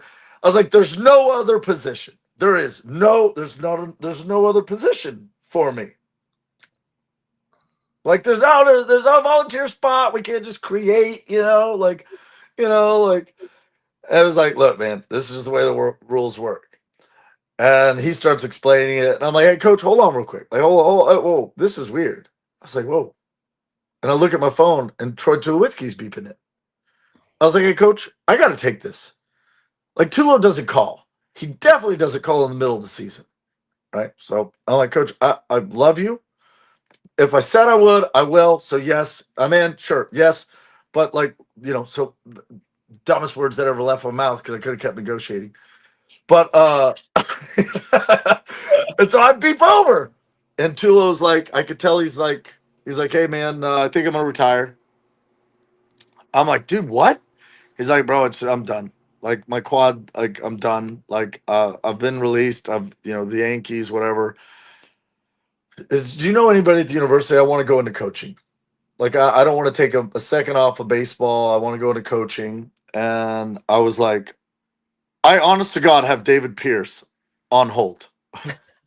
like, like I beeped over because I was going to tell you, hey Tulo, like I've got an important phone call with the head baseball coach at UT, and we're talking about like me coming back to be a student assistant. But like, I will mention it to him. And so that's what I did. I beeped over, I mentioned it, right? Like, so like, I mean, I get some credit for Tulo, and I obviously, in the conversation with Coach Pierce, like, told him everything because college coaches and professional ball players, It's a mixed bag, it's totally how serious is he, right? right? Like the college game is a serious game. Like, is he going to be here? Is he president, or is he just does he just want to be a guy, that He hanging wants to around the hit game? fungo and go play golf. Yeah. Right. And so Coach Pierce wanted to make sure that wasn't the case. And I was like, Coach, I'm telling you, this guy loves baseball more than you and I combined, multiplied by 2 trillion. Like, this guy knows more about baseball, no offense, Coach, than you or me combined, multiplied by 2 trillion. Tulo has taught me so much for the game. He was younger than me. He had less time than me. And I walked into that '09 clubhouse, and Tulo was the unequivocal leader. And I was like his sidekick that first year. But then, like, we both became leaders because I still got to be me, right? And Tulo understood that, and he respected that about me, the way I went about my business. But he's the best leader I played for in the big leagues. Tulo was the best team leader I played for in the big leagues. It's not even close. And Mark Kotze is probably a very, very close second. Also played for Augie. Mark Kotze was an unreal leader. And now he's doing it at the big league level as a manager. And so anyway, but that's really about all I said. I said that. We've got into the depths of Tulo. I obviously, but I was now like committed to this idea because I was like, oh my God, like if we got Tulo here at Texas, like he knows how to make guys win. He literally knows how to make you. No. And down goes Houston Street's phone connection right in the middle of this fantastic story about Troy Tulowitzki becoming a member of the Texas baseball coaching staff. And I'm sure that Houston is now moving over to his laptop. I see him. Hey, can you see me? I got you. Dude, when the ex-wife calls, everything shuts down. You know what I'm just saying? She's awesome. She's got to pick up my kids' stuff. They're probably gonna come in. She's calling to be like, "Do you have the stuff set out?" Like, she's awesome though. Me and her get along great. But yeah. So anyway, that's really all I said about Tulo. That's really like all I did. But I kind of got invested in it, so I checked up on it, and but they're kind of keeping it quiet from me. Well, There was Tulo and Pierce are now talking. Apparently a lot, because then there was an announcement that he was going to be the volunteer assistant, a position That which I got told asked about was unavailable. and said was unavailable. I had to go to school just so I could coach. Tulo just got to show up. You know what I'm saying? Honestly, obviously the best decision was made. And it's Tulo's Tulo, man. He's obviously going to do great things in this life. He wants to win. He wants to win. He wants to win. He wants to win. And one of my favorite Tulo stories to begin with is, I go out there and now I got a reason to show up, right? Like all the time and be excited about it. And I see Tulo working with the shortstops, right? And it's a whole group of kids, and to me, they're just like college shortstops, right? But I'm excited to be around the game a little bit. But I just watched. I just wanted to watch and see the method, right? Because you can always learn something. Like, I don't care how long you've been in the game. There's one of my coaches, Renee Latchman, was like, brother, 50 years I've been in this game. Learn something new every day. I always keep the mind and the ears open and the mouth shut. You know, you just watch, and that's Renee Lachman, another great coach I played for. And Tulo's puts up a net, and he's having them throw into this net, right? Where's the net? At first? Right behind first base, and they're at Okay. shortstop. And so, they make some throws. They probably all fielded 15 throws. If there's 6 guys in line out of 90 throws, I bet 12 throws missed the net. Missed the net. And he did that on purpose. Then he goes over to the net. He puts a baseball up on the net, pulls out a sock out of his pocket, and wraps the sock like weaves it through the net, right? To create a circle on the net, the size of a baseball. He's like, now I want you guys to hit that circle. I bet he hit him twice as many ground balls. Not a single ball missed the net. And he was like, so you understand right now how little you're focused. You understand now how little you're focused. Like, you can't tell me you're focused. You missed the entire net, which is like 7 feet tall and 4 feet wide or 5 feet wide, right? So you think you're throwing to what seems like a first baseman. That's not what we're doing. We're putting the ball in that hole. And I'm not kidding. I swear to you on my life. He was like, what? He took 5 ground balls in a row and hit the hole all 5 times. Now, he had just got done playing Major League Baseball 3 months ago. So he still was like in proper form. He hit a baseball sized hole from shortstop from different arm angles 5 times in a row. Like straight Steph Curry moment, right? Like, and he was like, I've been doing this drill for the last decade. That's why I can make every throw from the field, because I'm not aiming for the net. I'm aiming for that spot. And if I miss that spot, I think it's bad. If I miss that spot, that's bad. It's not good to get close to the spot. It's bad to miss it.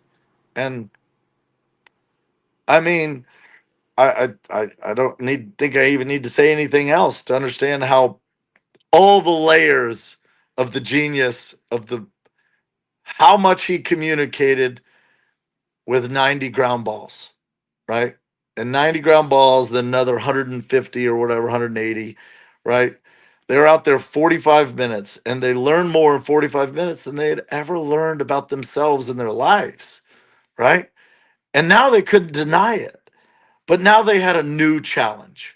And that's what I love about Tulo. That's what I love about Schloss. That's what I love about this whole staff is it is a constant challenge to do a little more, to do a little better. There's an expectation. And that is what we talk about being real, right? That is the process. That is the actual process. As you said, to just lay back and whatever, but like, no, that's not what winners do. That's not excellence. That's not sacrifice, right? And so my dad used to say, greatness is what you're willing to sacrifice. And most people aren't willing to sacrifice what it takes to be great. But the sacrifice in that moment when you're fielding that ground ball and throwing it to first is that you see nothing else, you hear nothing else, you feel nothing else, but you and the ball and the energy is required to transfer it to here, to that little hole over there. And I can honestly say that I held myself to that standard when I threw my bullpens, when I did my stretching, right? So, but in that moment, I learned like another way of teaching it. And then from there, I could create the same type of mental trap, right?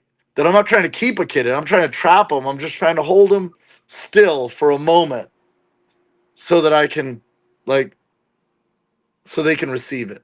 Because kids are always moving. Their mind's always over here, So I just need to get them to hold still for a moment. And now I can communicate something profound. And that, I bet Tulo's had a million moments since then, just like that one.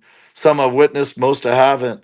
And there's a dedication that he brings every single day and a passion for these kids. And I think he's truly, with Coach Sloss and that staff, now in a place where he can he can really shine. I think, like I told you, like, I mean, you're seeing what you can get out of Tulo now, uh, with his full potential unleashed. Now he's got what, an 11-year-old son? Do your Taz. sons play on the same select No, they team? play against each other for right now. I think they'll end up joining forces. Taz is technically a grade younger than my son. My son's, I think, almost a year older than Taz. Taz is a dude, and he's the same age as my son Ryder, who is also a dude. Uh, yeah, I don't think it would be hard for me to even predict that you'll probably see both of them in the future. Uh, if they want it. But they gotta want it for themselves and they gotta do it. They gotta get a little lucky. But some dedicated young men who've embraced the process. And I have three sons. My oldest son Ripken, so hopefully you see him first. He's a dude too. He's got a slider like mine. Um, Probably better than mine. But you know, Taz's son is I was actually with him yesterday. I was messing with him. You know, I asked him if he had a girlfriend. Because you know, like that's what dads are supposed to do. I get to be awkward dad. Um, you know, like, oh, I relish being awkward dad, man. You should see the way that I say goodbye to my kids. Bye, buddy. Bye. Go have the best day at school ever. And I'll wait. I'll like slow down in the car line, wait for like a group of girls that I could tell that they might be interested in, walk by and just let them go. And then all right, guys, why don't you get out right here? Dad's got to make a little turn up here. You know, like, they get out. Oh man, something new every day. My boys are like, oh, Dad, oh my God, it's so cringe, so cringe. I'm like, God, I was like, your dad's got Riz, man, this aura, Sigma. They're Oh, like, Dad, stop, just stop. oh my God.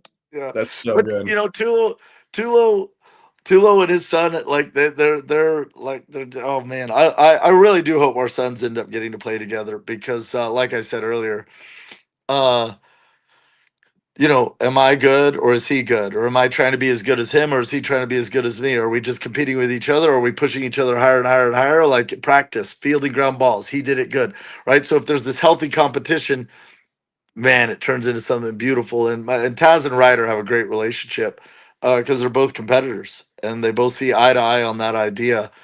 And that's why Tulo and I have a great relationship because we both see eye to eye on that idea. He's more dedicated than me, and I have no problem saying that. Right? Like I would never even. That's why he's the coach now, and I'm not. Right? Like I probably could have like stuck with it, like he'd stuck with it, but I didn't.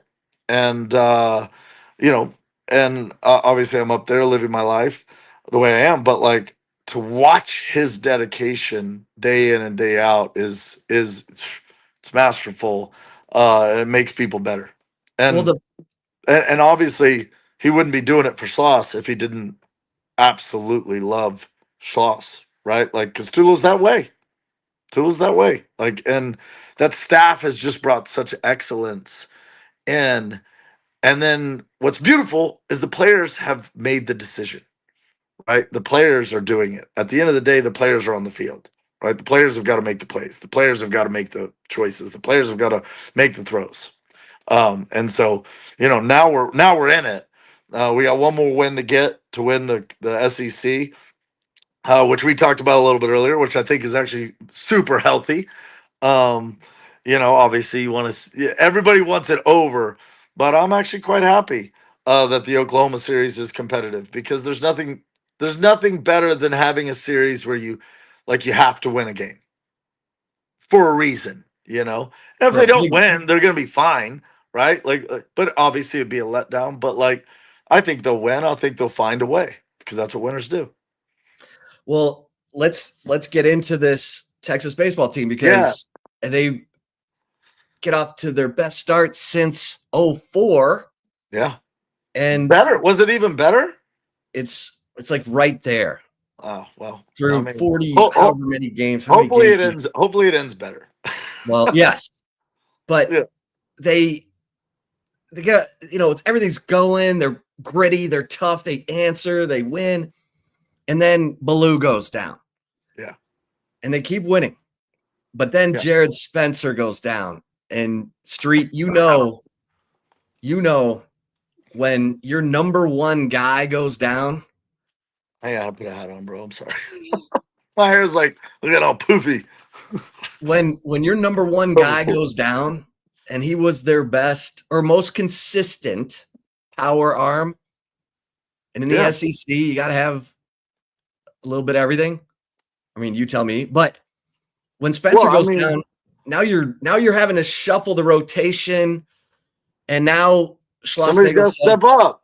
Step up. Like, step up. That's the college game. Step up. We talked about this earlier. Like I wasn't me before I became me, right? Like, no one thought James Street's son was going to be good, right? Like, that's who I was. I was James Street's son, right? Like, the exact same principle applies, right? Now, as I said earlier, I do think coaching has a massive, massive impact on that process at this level, right? It takes a profound coach to have a massive impact at the big league level. And there are some, but there's honestly not as many at the college level. I actually think there's more profound coaching at the college level. But man, what an opportunity, right? Pick somebody up. Guys on second, third, nobody out. I punch out, right? I want the guy behind me to get a hit, right? And I think that's the character of this team. Obviously, it has to be. It has to be, right? To come in with the expectations after last season, right? A lot of the same guys, but some different guys, but a lot of the same guys. Man, you got to step up. But college is the place where you do become. That's where that is the proving ground, right? So go prove yourself, right? Like, what is it? Like, success is when preparation meets opportunity. They have clearly prepared, right? They have clearly put in all the preparation. And there obviously is a profound belief that is across this team to be able to overcome Max going down, to be able to overcome losing your ace, to be able to overcome other guys getting hurt or other guys. I'm sure they're playing through injuries. I'm sure and then they become the number one team in the country and they hold that position, and it was unanimous. It wasn't even a question, and they earned that. They earned that. And the only challenge that I would give to them is you got to keep earning it, right? Like, we did something really special in 04. That 04 was the best team I played on at UT. It's not even close. Look at the number of big leaguers on that squad, right? Like, but you still got to find a way at the end. And that's why I say I'm excited about the Oklahoma series where they have to win a game, because there's something on the line. And you want to keep those juices flowing. You want to keep those juices flowing. And it's a tough discipline to maintain. You take a weekend off. Oh, well, we're just getting set up for the tournament, right? No, man. Like, let's stay locked in. Like, let's stay locked in. And this team obviously has some proper leaders, and usually there's indicators of that, right? You start to see records get set. You start to see things, special moments start to occur, right? We're number one in the country. That's special. Hopefully we'll win the SEC. That's special. We got a freshman kid setting the SEC freshman record. That's special, right? And then when some of these guys might come back, right? Blue being the main one, now it brings life back to your whole team, right? And not in a brings it back, but just an add to, because the kid's an undeniable player, and I'm not, but him going down created a moment. It created an opportunity, and like, look, I was in Stanford, hadn't pitched in 3 weeks. They lowered my arm angle, right? And I mean, I finally got a save opportunity because I embraced the idea of change. I embraced the idea of getting better, or I embraced the opportunity in and of itself. And yeah, like I said, though, confidence comes first, and confidence comes from preparation and belief. That's actually what confidence is preparation and belief. Like, I don't know how you're confident if you haven't prepared. I don't know how you're confident if you don't truly believe. And as I said earlier, conviction, the level of conviction that you put behind a moment is what you're going to get out in the end, right? And so like these guys have been very, very convicted. And look, we had a situation in the Florida game where we walked, right, and we go down to first base, and and I don't understand people that say like, well, if you're going to talk trash when you're up, you better talk trash when you're down. And then as soon as somebody shows a confident moment when they're down trying to fire his team up, they get on him. You're down 8-1, bro. Shut the heck up. It's like, whoa, you're contradicting yourself. Like, you can't ask somebody to talk trash when they're down, right? And because you wouldn't do it if you were down, you wouldn't. Like, I loved it. I loved the moment. I stick up for it. Like, I'm all for it. Like, you know what? Talking about Jonah Williams, who Yeah, I didn't know who it was. I just saw it, and I saw there was like a little conversation around it, and so I went and watched the moment, and I was like, hold on, what did he do 2 days later? Do we have a big bases loaded knock? Right? That's actual confidence, right? Like that's actual presence. Like, hey, don't tell me who I am. I know who I am. Don't tell me. I don't care who you think I am. I know who I am. Right? That's when the results start to happen. And that's the only way that a team can go from being last year's team to this year's team is their confidence changed. Obviously, we got new leadership. That had a huge part of the process for what Slauson then brought to the table, what Tulo has obviously been continuing to do. Max with his, the pitchers, right? Seeing what the pitchers have done. We've got a freshman kid out there dominating, but so many of our pitchers doing so good, putting guys in positions to succeed, but the kids still have to believe. And that's the only way they've gotten to where they are is that they must believe. And I just find that to be so sexy. Like I just think it's real though. And the only thing I would say is keep going, boys. Like just like maintain that grind. Maintain that grind, keep the conviction, stay humble, stay hungry, and just want it more than they do. I tell my Pop Warner team, I was about to say it, then I got sidetracked because I always get sidetracked. But I always tell my kids, this is literally what I tell 9-year-olds, right? And I stand by it. And my boys, I'll just tell you, this is football. Whoever wants it the most gets what they want. Whoever works the hardest gets what they want. And the meaner team usually wins. And I was like, yeah, the meaner team usually wins. Now, I'm not talking about mean, guys. This is literally this is a speech I'll give this year. I've given it for 7 years in a row now. I'm not talking about the type of mean where you got a mean face and you walk around all tough. I'm talking about the type of mean where the kid runs through the hole, you bust his butt, and some coaches say don't pick him up. We're gonna give him our hand. We're gonna be sportsmen. We're gonna pick him up and we're gonna look him straight in the eyes, and they're gonna know we're coming for you again. And then by the end of the game, by the third or fourth quarter, you watch, boys, they'll start flinching. And when we get in that close game, that flinch is when we'll break it. We'll break the play. They'll fumble. We'll get a break. Something will happen in our way. But we have to want it the most. We have to work the hardest, though. We have to put in the work, and the meaner team usually wins. So what does mean?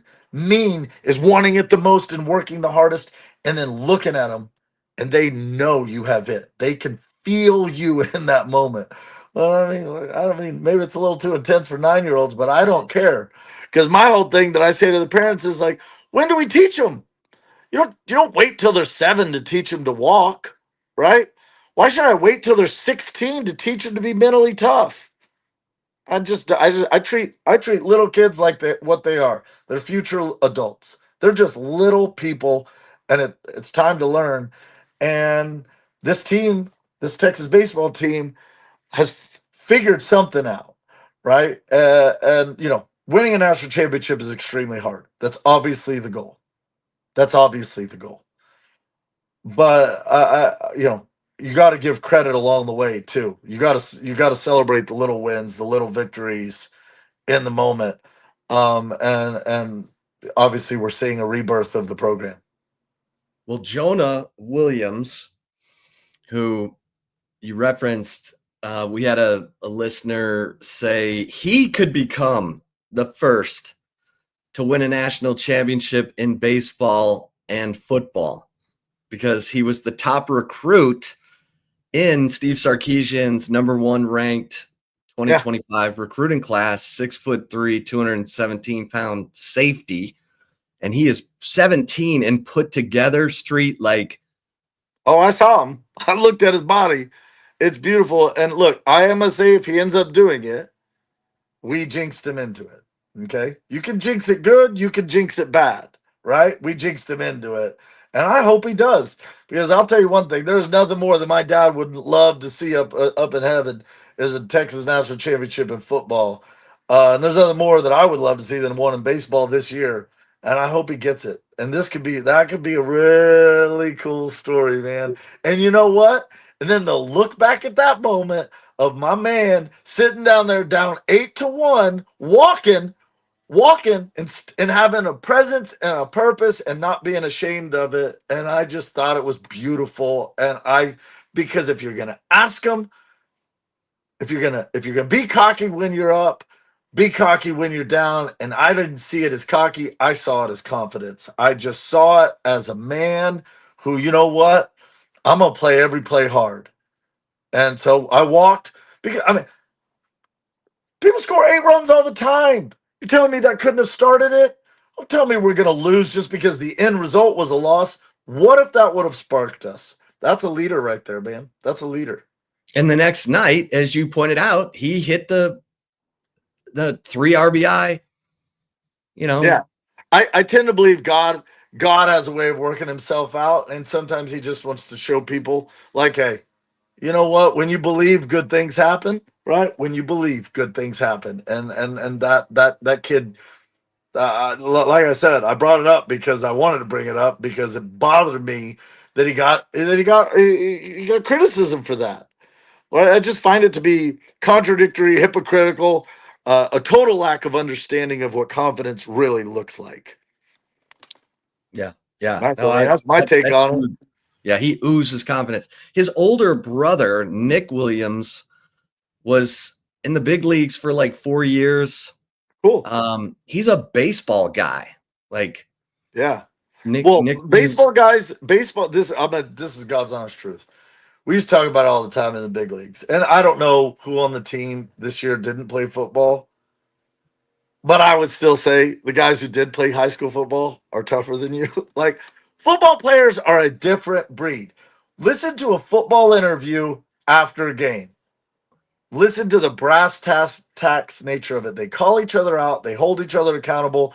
The NFL is a performance first league, right? Get it done. Make the play. Make the tackle, right? There's no excuses, right? Football players bring a certain, I want to say, sentimentality or lack thereof, right? To a moment, to a team. And in the big leagues, we always used to be like, no way that guy played high school football. Let's ask him tomorrow.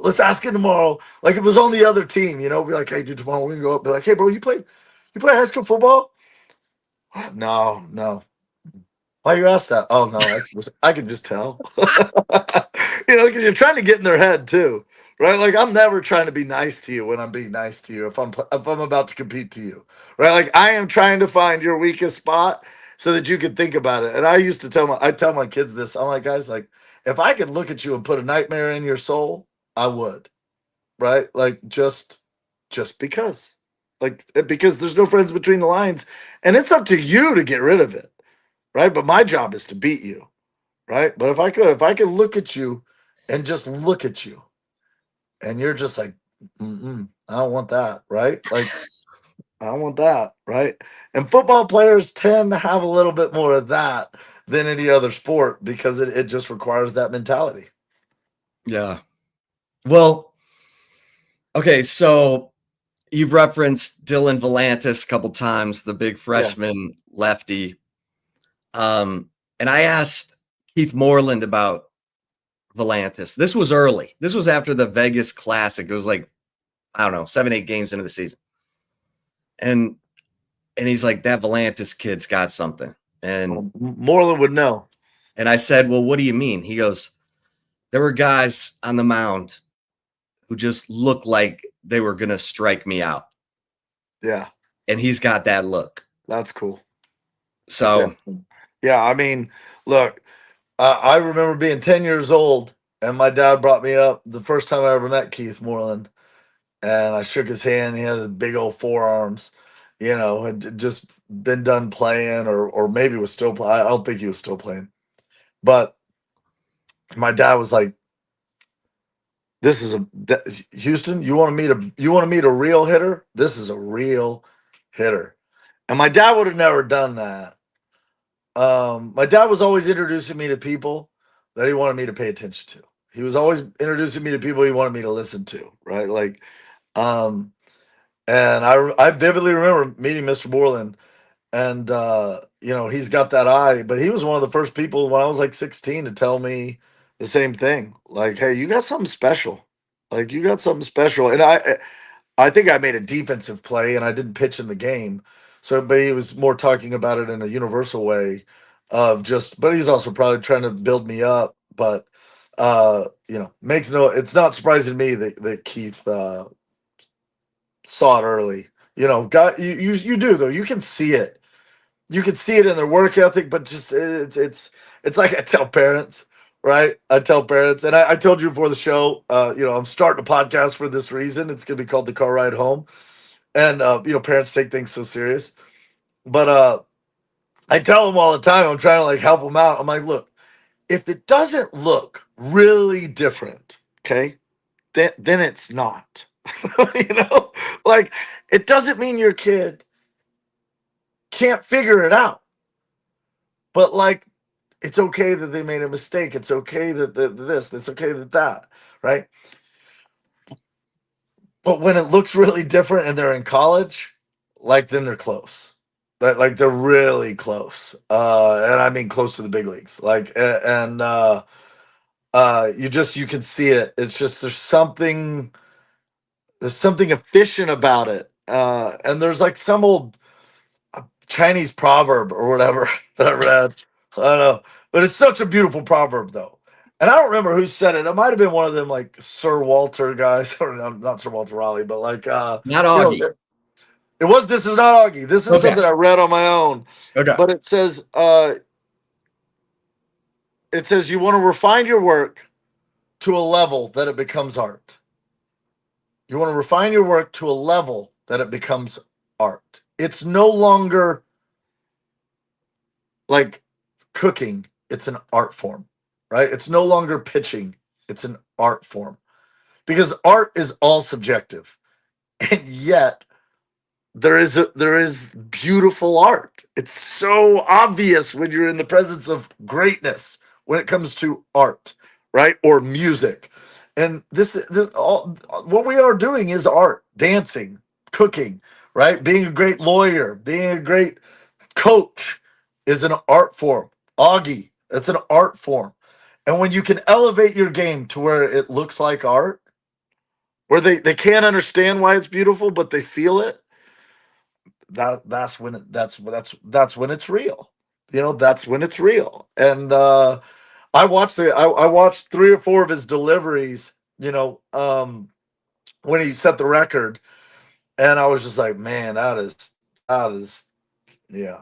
And the break on his ball and the way the hitter swung and how far the ball bounced in front of the plate, the deception he must have had, right? The things you can't measure show up in a swing, right? Deception, late movement. You can measure the late movement, but you can't measure that the hitter can't see the spin, right? Some guys it's just, and I don't know if it's natural. Now I do actually feel like I know how to teach a little bit of it. But because I had to teach myself because I didn't throw that hard. But man, when it's art, when it's artistic, it's real. And the best players, none of them. Baseball's so beautiful for that. No one looks the same. No one looks even close to the same. I mean, they all hit certain positions. They all hit certain moments, right? Like there is a right way to do it. But everyone's forearm is longer than someone else's, right? We get into all the details of it, but at the end of the day, when it looks different, you can feel it. Like you can feel it, if that makes sense, And so, it's not surprising the way he looks that he's getting the results because you can feel it. as Keith Moreland said. He'll just feel like he's going to strike me out. Patrick says you'll always be my favorite baseball player for UT. That's cool. We had another question in here. One was asking about your fastball in the movement that you had in it. Yeah. What do they want to know? He said, I heard a hitter commenting about it, how it made it tough for him. He said, was there, it's this question here. Jack says, was there a specific reason why your fastball in the majors had break in it? Yeah. Well, yeah. So obviously there's different grips, but my philosophy with the fastball was, first of all, my initial philosophy was never throw the ball over the middle of the plate. And my dad taught me that when I was 9 years old. He was like, but if you never throw it down the middle, you won't even know how to throw it down the middle. And that's the genius of my dad. From 9 years old, I threw to the black. I never threw the ball down the middle. He was like, I don't understand why you should learn to throw it to 35 different places. Just learn to throw it to 4 different places. Up and in on the black, down and in on the black, down and into a righty on the black, up and in on the black, or away. However, I always thought of it as away. My dad always thought about it as in. He would always say up and in, down and into a righty, up and in. I would say up and away to a righty, down, like that's just the way our brains worked. But the movement in it, man, now I can tell you put a grip, you throw it. Sometimes you've got natural movement from your arm angle, the way the spin creates the movement. Now the trick is how to create which spin at what time to make the ball start 3 inches off and break off the plate, right? So Greg Maddox is who I crafted my game after, and actually Roger Clemens, both actual super command guys. But they always had this belief of making balls look like strikes and strikes look like balls. So drawing little X's on the corners. So the ball comes in, and then, I'm trying to find the camera. Ball comes in and goes this way, the ball comes in and goes that way. And, if you never have to throw a strike to get them out, that's the best possible way to do it. And so I lived on the black, and I told Joe Smith this one time. I was like, my philosophy was 3 things are true, right? Either if I throw it an inch off the plate, if I could throw it an inch off the plate, right? Like 3 things are true. Either the umpire is going to call it a strike, either the hitter is going to swing at it, or the hitter is going to swing at it and hit it for a hit. But 2 out of those three things are good, and I don't have to throw it over the plate. So if I could just live half an inch off the plate for a career, umpires get sick and tired of calling balls, right? They just get sick of it. So, I mean, you throw it out there enough, and then you get the reputation. Now I move it about 3/4 of an inch or an inch. And, it was hard to hit because I never threw it over the plate. I mean, every time I did throw it over the plate, they hit it. I didn't have good enough stuff, but yeah, the movement on a pitch is like a 3-year dissertation to try to explain to somebody. I mean, I bet I had 19 different fastballs, right? Like lean the shoulder in, put a little bit more weight on my heel, get the elbow a little bit higher. If I want to make it spin and ride through the top of the zone, if I want to make it sink all the way across the plate, if I want to make it break a little bit later. So there's a little bit more to than just throwing a fastball, right? But honestly, that's the only reason I could get outs, at 91 to 92 for the end of my career. Beginning of my career was a little harder, and then I could live. I should say I just got away with more mistakes. At the end, I didn't get away with as many mistakes. Well, our time is up, but tell the folks about the ride home. Thank you. Yes. Yeah. So please, the ride home is very simple. I want to give parents a better understanding of the process. We've talked about that this entire time. We all love our kids. But and we've talked about confidence. Where does confidence come from? I believe that the confidence comes from the car ride home, right? What do you say in that moment? What's the right thing to say? Why do you say it? And parents struggle with this because they don't actually understand the sport. They don't understand how difficult it is. And sports to me is a conduit to build confidence for the rest of life, right? 99.999% of kids are never going to play sports.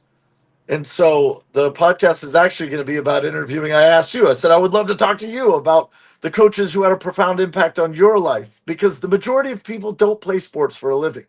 But everybody has a moment where they remember a coach that made them feel great.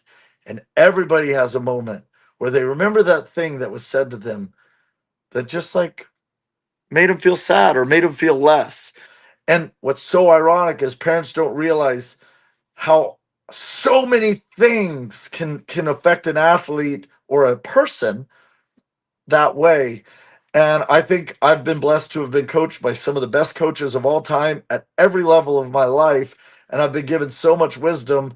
And I just want to transfer that on. And I want to do it in a it's not a condemning way, it's a learning way. So I'm going to have people on, that have played sports, but I'm also going to have parents on, just to create a conversation. All right, let's talk about a situation. Let's get into it. I'm going to have children on. I'm going to obviously have a lot of former athletes and people that are experts. But what I want to do is create an environment where people can maybe learn a little bit more about a way to develop confidence using the process of sports, because at the end of the day, that confidence is going to make you a great lawyer. It's going to make you a great father. It's going to make you a great mother. It's going to make you a great brother, sister. It's going to make you a great cook. It's going to make you a great friend. It's going to come from confidence, which is security, which is the car ride home, right? How do we build that after successes? How do we maintain that after successes? And how do we build that after losses? How do we turn all of our losses into little victories? Right? How do we turn it all into little victories? And so that's what the car ride home is going to be about. And I hope people tune in. Love it. Chip, thank you so much, man. You're the man. Let's bring in Patrick and Matt. They're going to take it from here. Gentlemen, once again, I've screwed up the Brady Bunch boxes. You're good. You're good. How's it going? How's it going, everybody? You having a awesome, great show, man. Appreciate having you on, Houston. That was awesome. Honestly, thank you all so much. I enjoyed sharing. And Chip, thank you so much for inviting me. I obviously love the topic of Texas and confidence and sports and my dad and everything. I really appreciate the opportunity to share. Well, let's do it again soon. Would love to. I'm going to have you on. Okay. All right, right, fellas, take it away. Appreciate y'all. Later, guys. Have a good time there. That was a great show there with Chip and Houston. And welcome in to Open Gym here on Texas Sports Unfiltered. Myself, Patrick Davis, alongside Matt Galatzan from Texas Longhorns on SI. Getting into another week here of Texas Sports Pro and, of course, the great University of Texas. Appreciate you guys hanging out with us. Remember, the chat line and the text line is open. You guys are the third member of Open Gym. Going to have a good week this week. Matt, how was your weekend? Did you get any? Do you have any fun this weekend, or was this a recovery weekend after last weekend of Cinco de Mayo? No, I had a great weekend. Had some dinner with friends. My girlfriend was in town. We found arguably the best tacos in Houston. All right, just like on accident, which was I'm gonna gatekeep it. I'm not gonna tell the chat because I don't want this place to get absolutely slammed. But I had arguably the best breakfast tacos I've ever had in my life. They were phenomenal. Yeah, that's good. That's very good. It's a nice weekend. Yeah, I see me. I'm hoping for it. We'll get into it a little bit, but yeah, it's 6 o'clock today, so I'm a little tense because we got 2 hours till the draft lottery, and I'm a little like I don't expect the Spurs to get Cooper Fleck. I don't at all. I want it, but I don't think that'll happen. I really, really want him in the top 4 though, because if they get in the top 4, that becomes a really big trade chip that they have.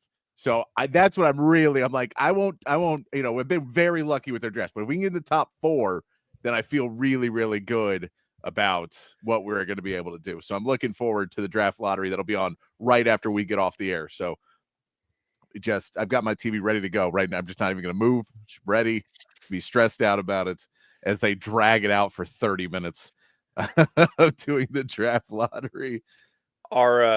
Are you hoping they don't pick Trey Johnson and they trade the pick?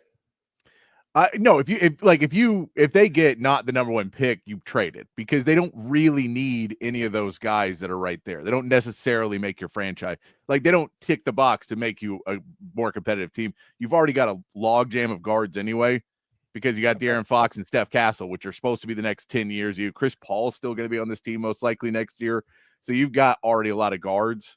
And then Devin Vassell's also on this team still. So there's just a lot of players that play that. So you really need either a really good wing or a center. The kind of the two spots that you really need, like a guy who can go in the post and play and guard bigs and, bump around inside, get rebounds, that kind of guy. Or you need a wing that can go kill it. Cooper Flagg will be that wing. And then if they pick at 8, I've seen some of the center from Duke would be possibly a guy they could get at 8 if they keep that pick. But we'll get more into that once we know what the actual lottery will be after today. I'm just a little stressed about it. We did have fun a Saturday.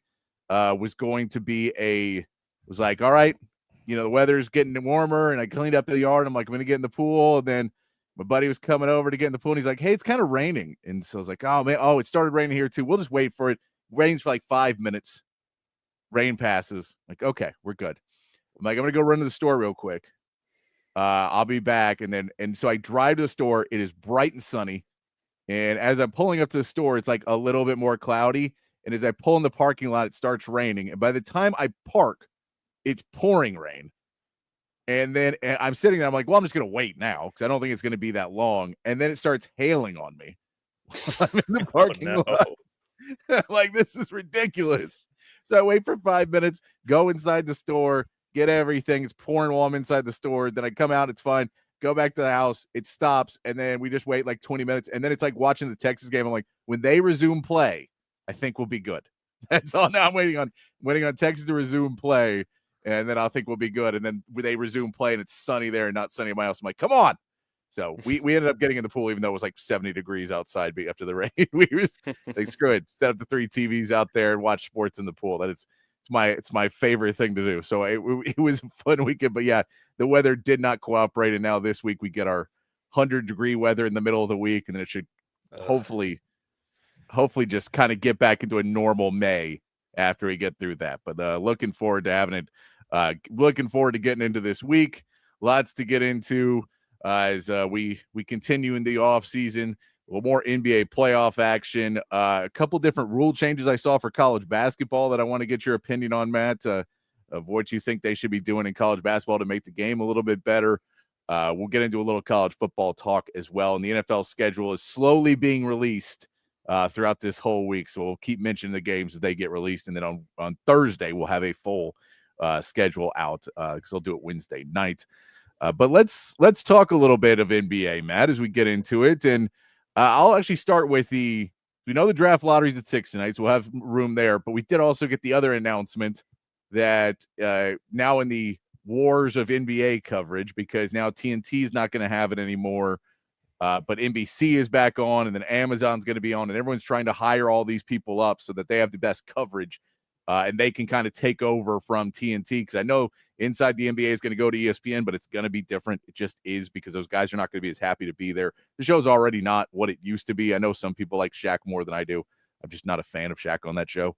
But the news that Michael Jordan is coming back to be a member of the NBA on NBC crew as a special consultant or a special, I don't know.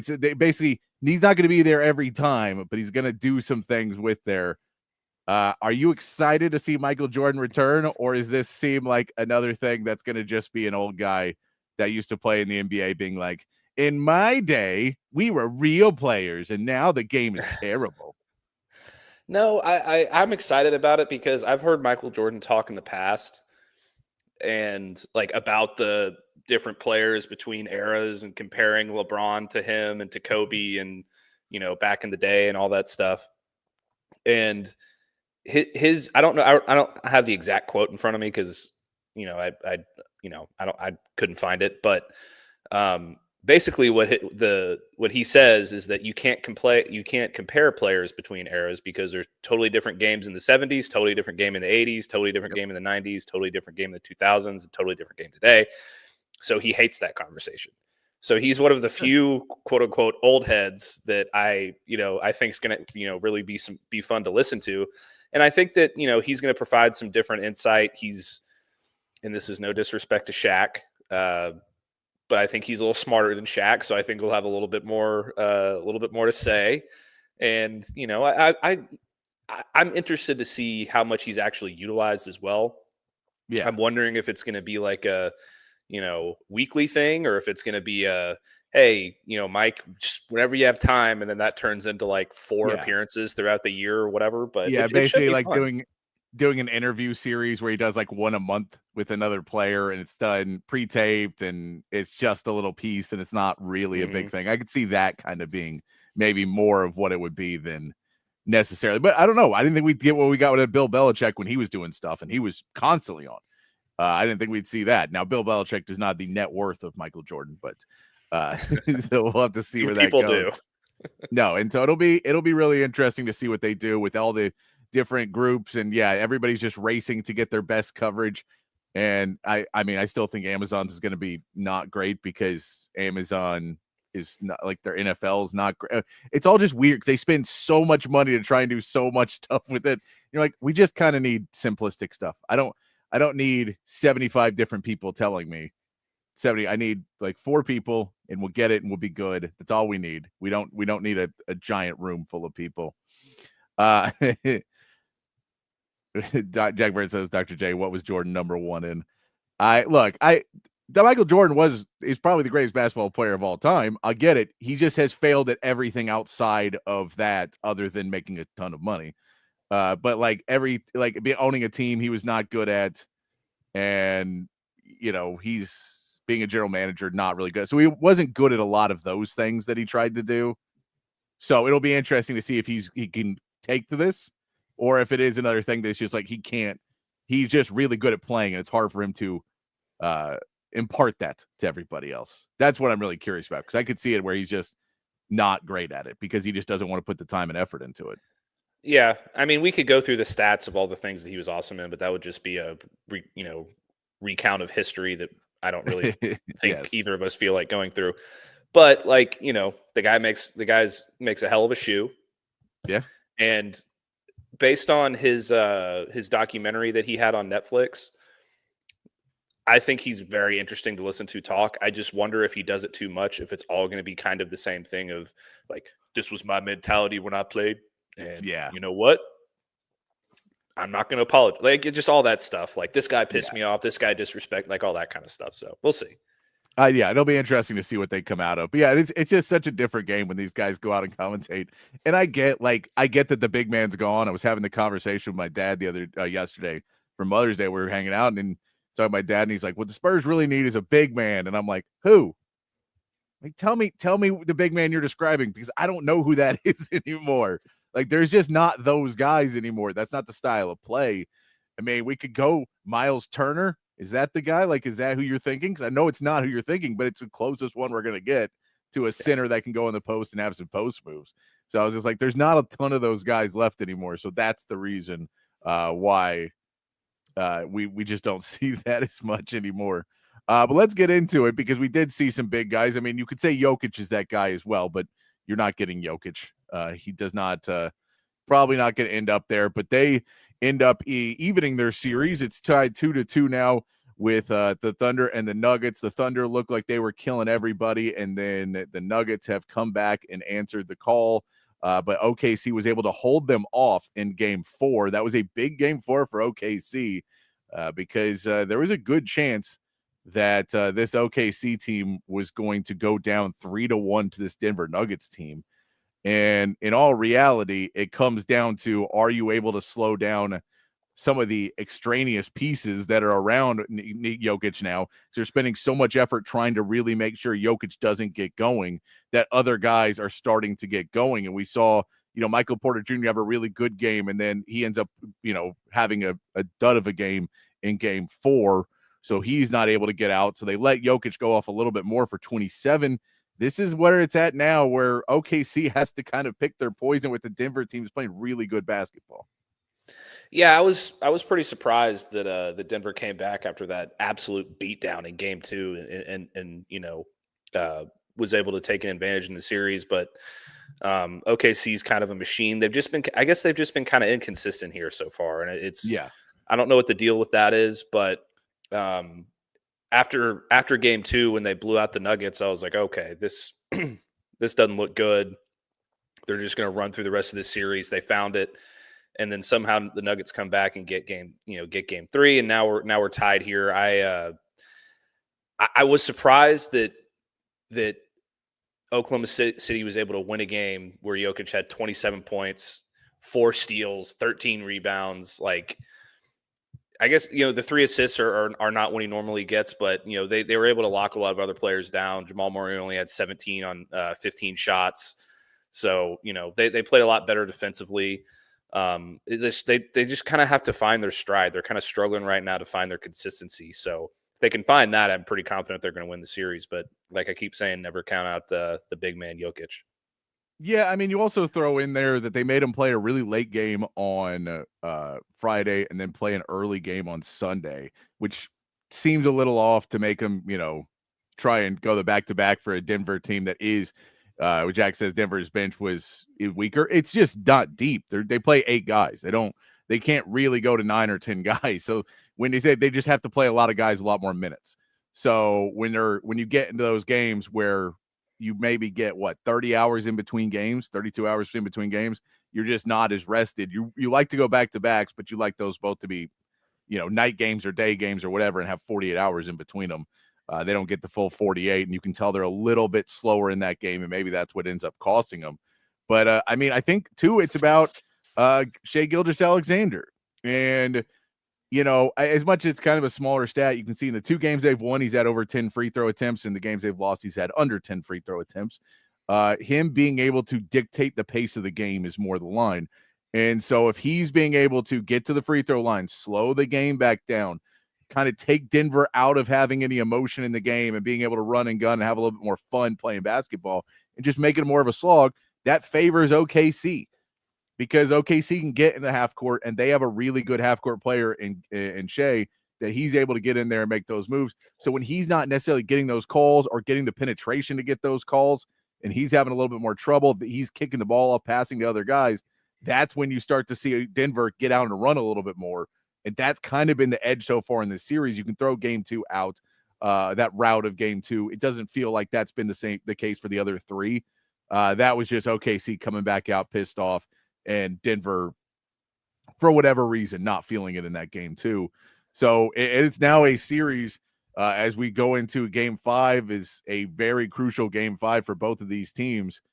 This is for Denver. I think this game is way more important for Denver than it is for OKC, because Denver is able to win this game. They're in control. You got to win 1 out of 2. That's something very possible for Denver. I don't see Denver winning 2 out of 3. Against this OKC team. They're just too good.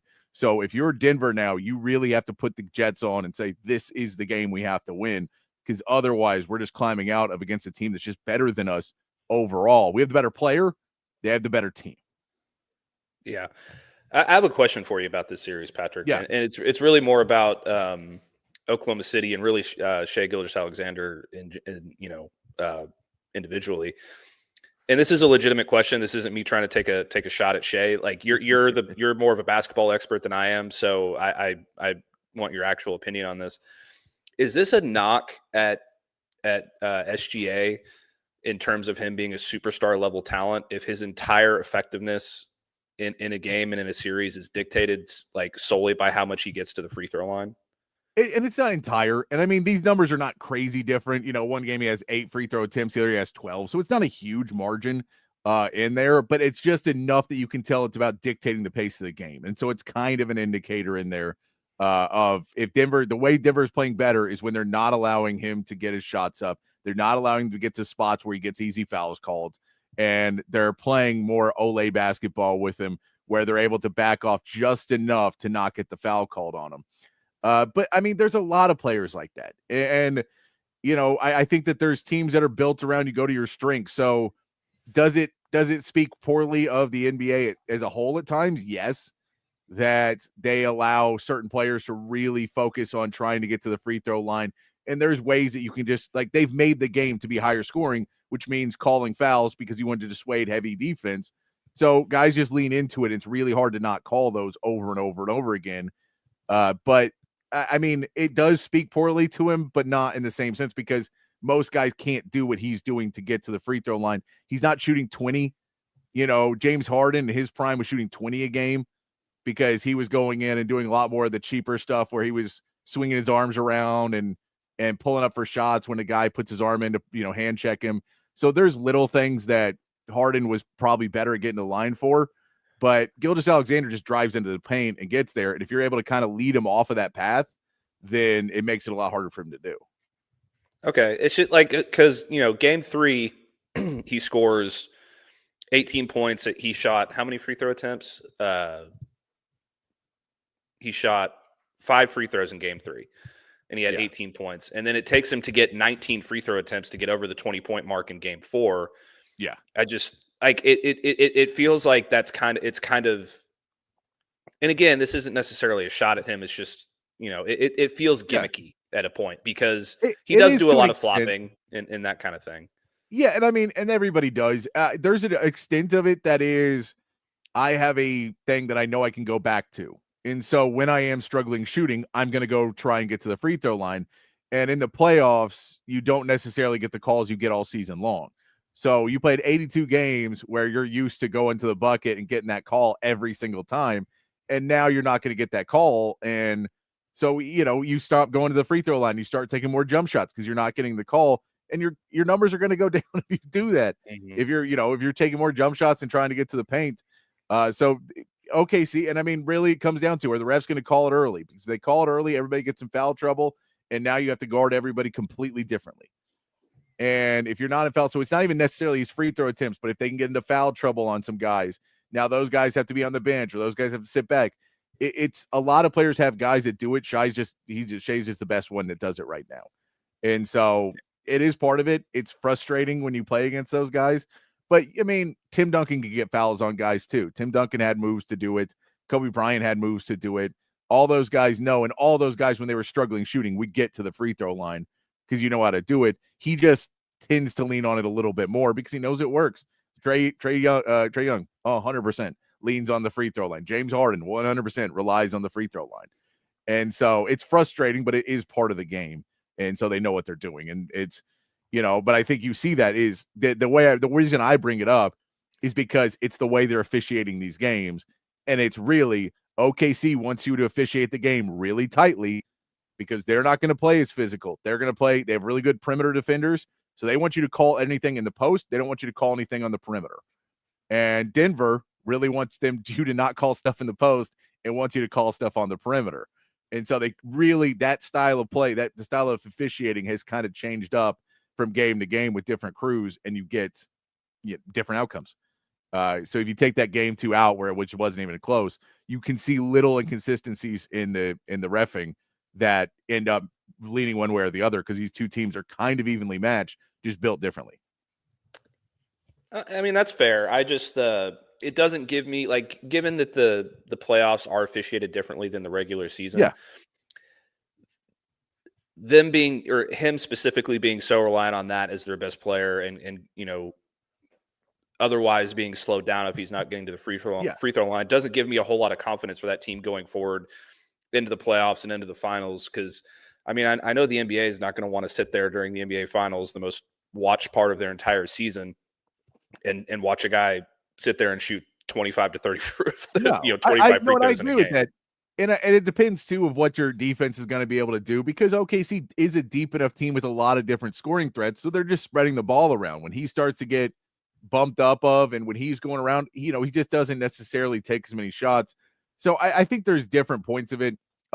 Denver has really gotten under his skin. There's other teams where he doesn't need to do it as much. But, yeah, this series right now, I'm with you. It's frustrating, but it's been this way for the last 15 years. And, I mean, even back in the day, there was guys that you could know you go in the paint. It just hurt a lot more. Like the whole point was, if we're going to go and foul you, we're going to earn it. And now those are flagrants. So you can't quite make somebody like Shai go, no, we'll let you do it. We're just going to, every single time you do it, we're going to club you in the head.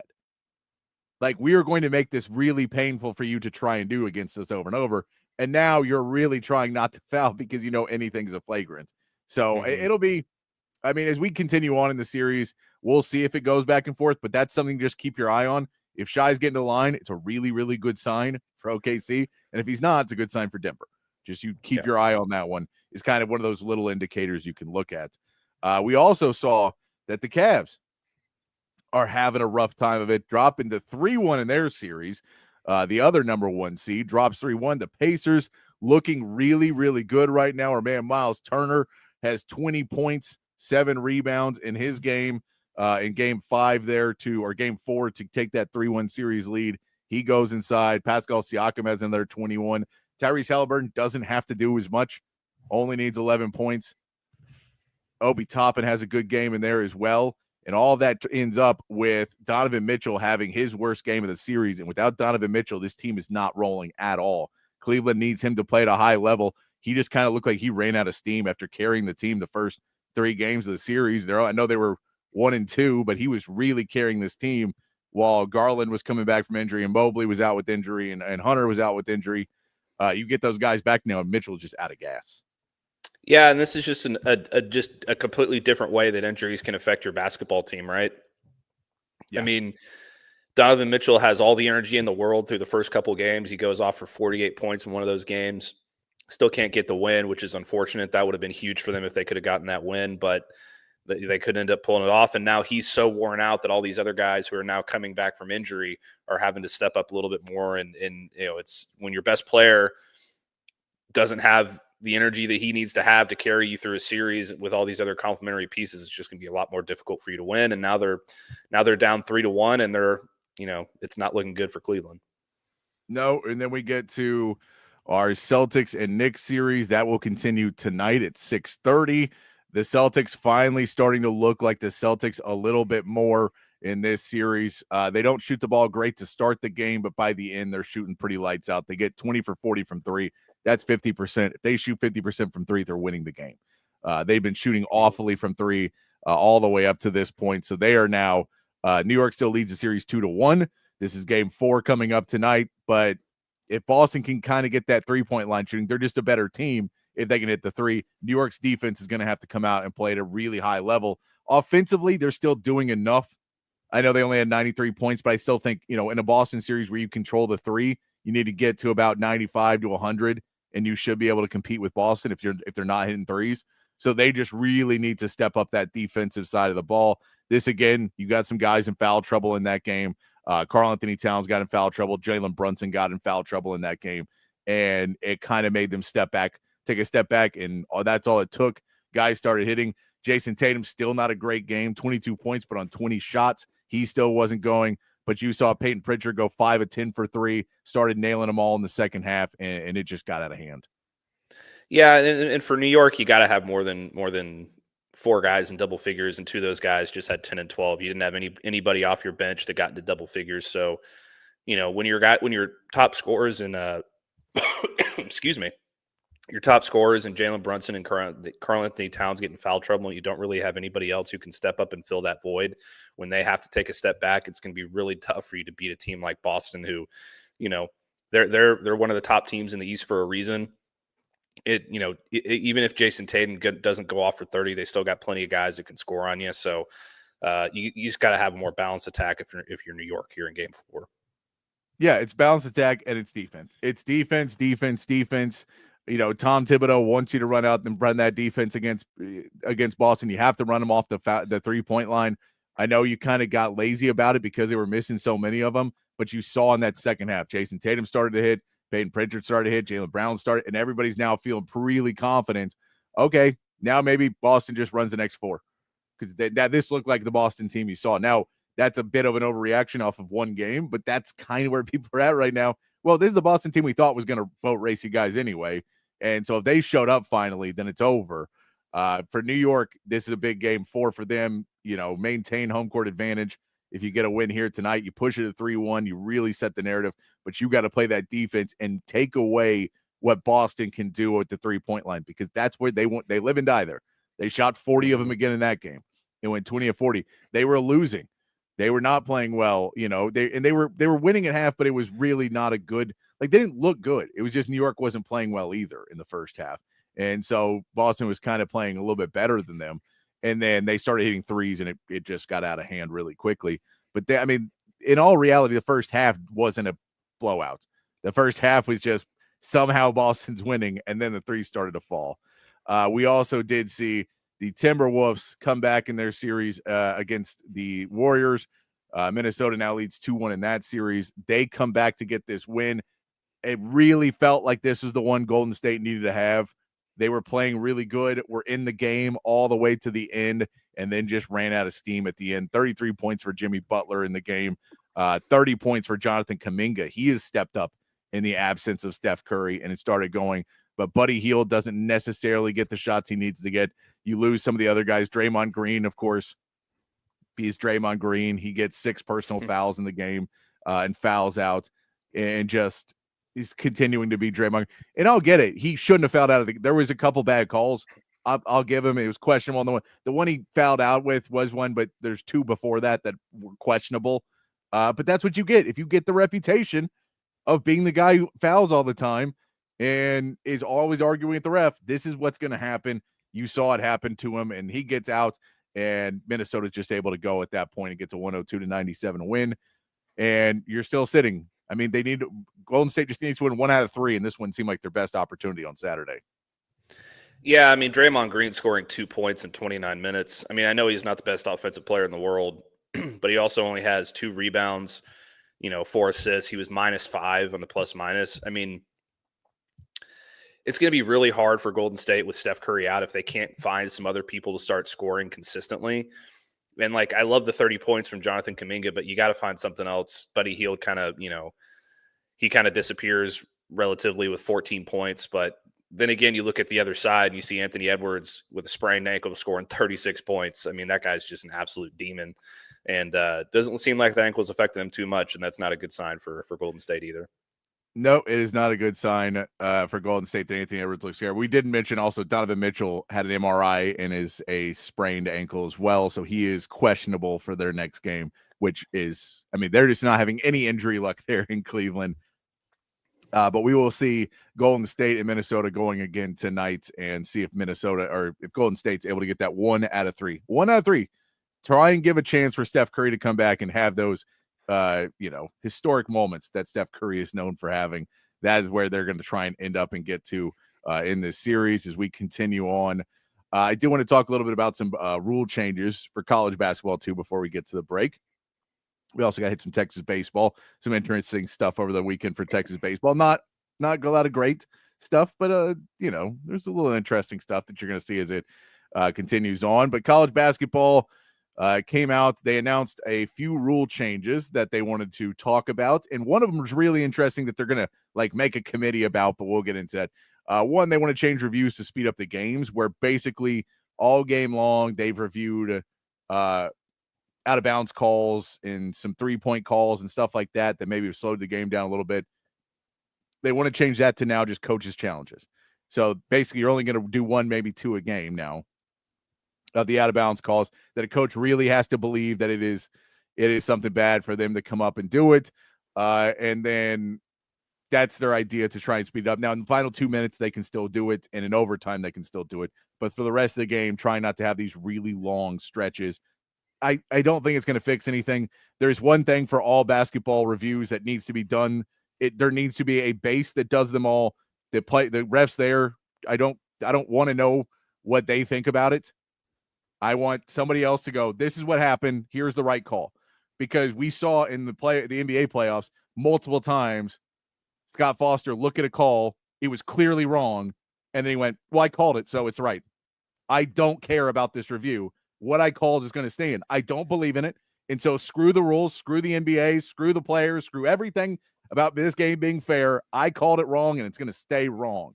And I'll find his left pinky touched him before he swatted the ball away completely clean. So that's still a foul. It's ridiculous.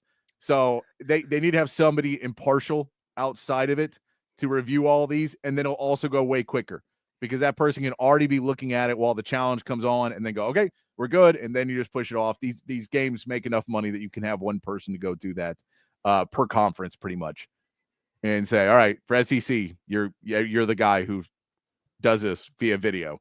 And when they hit the coach challenge, it's good like that. We know, and the right call will be done. It doesn't seem complicated, but for whatever reason, they don't want to take the power out of the refs' hands, so the refs just don't care when they get it wrong now. Yeah, Scott Foster is just the worst referee in the history of the NBA. I hate him so much, and so does Chris Paul. But like, I like this rule on its face because I'm all for speeding up the game.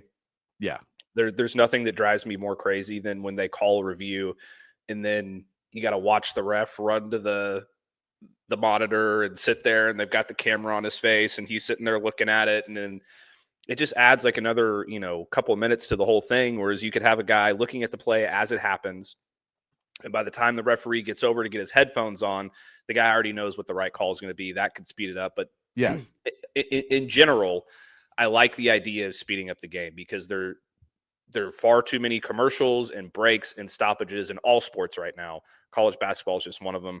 They need to figure this out for college football. They need to figure this out for the NFL, NBA, all of the above. But if college basketball can do anything to speed up the game, it'll make it much more enjoyable for everybody to watch. Yeah, and they also know that coaches are basically walking over, and anytime a call is somewhat close, a coach will be like, you have to review that. Give me a free timeout. Get my team back over here. I'm going to tell them what we're about to do. So there's a free timeout while you go do that. And I'm just going to keep stopping the game so that I can go talk to my team. And anytime, even if it's a quick one, you're still going to spend 8 minutes trying to find out what the clock was right when you did it. And so I'll be able to have basically a full timeout with my team while we wait for it. I hate it. Make them quicker, but get somebody just impartial outside of those refs to be able to do it. It'll go way, way quicker. They're also talking about they want to change right now. If someone gets hit in the groin, it is either a regular foul, a common foul, or a flagrant 2. There is no flagrant 1. They're trying to make it so you can't call flagrant 1 for groin shots, but it's so that one's an easy one. Yes, just make it so it can be. We can judge the severity. I know they always want to take the severity part of it out of the ref's hands. It's why there's no more face mask difference, because the face mask, they said, well, you can't decide how flagrant it was. We don't want that to be in your hands. Just call if it happened or not. So they're going to change that one. They want to change that one. The rim to gain an advantage, using the rim to gain an advantage. I thought that was already basket interference, but apparently it wasn't. They want to change that. One of the other ones that's funny is the rule, if one of the shot clocks goes out, then you have to turn them both off. Mm-hmm. That was what they said. They want to get rid of that because they're like, well, if you leave the other one on, then both teams can still use that one. It doesn't necessarily, I get that it helps one team more than the other, but to turn them both off, then it just delays the game forever. And then it also doesn't necessarily hurt one team more than the other. So let's just get rid of that. That's another one they're going to be voting on. Yeah, I think that's fair. I mean, it's just as simple as a guy on the wing looking back at the other play clock and signaling to his guys like, hey, you got 15 seconds left. Yeah. So, anything to take the less complication out of the game, because when you turn both play clocks off, nobody knows what's going on. Exactly. So keep it where everybody knows what's going on. It'll make the game smoother. Yes. And yeah, I'm all about it. But then the most interesting one is that they want to form a committee to look into possibly going to quarters in the men's college basketball. This has been one of those pieces that nobody really understands why they haven't changed it to quarters when everybody else uses quarters, and it seems to make more sense, and it's a better flow to the game, and everybody likes it, and you get more tense moments after the first quarter and second quarter. It just feels better to me always to do quarters instead of halves, but men's college basketball does halves for whatever reason, and so they're finally going to look into it. I'm all for it. I know it will be a weird 1 or 2 years that you have to remember that there's quarters instead of halves. It's not first half, second half, but I'm all for the quarters. I'm all for it. Yeah. If I can donate money to the cause to make sure that this happens, I will happily do it. This is the thing about college basketball that drives me crazy the most is just that you go from high school where you're playing 4 quarters, and then you go to college where you're playing 2 halves, and you got to go to the NBA and play. It seems like it almost seems like it hurts your development as a player if you're having to play 2 halves, because you spend, the one and done guys, it's not as big of a deal because they only do it for a year. But these guys that spend 3 to 4 years in college are so used to playing 2 halves, and they go to the NBA. It's just different, and there's no reason for it to be different. There's no logic to it. Just make it uniform. I just don't understand it. I've never really gotten it other than this is the way we've always done it, so let's always do it this way. But yeah, I'm all for making it uniform. Make it quarters. It just feels like it will fit the TV lineup better of it too.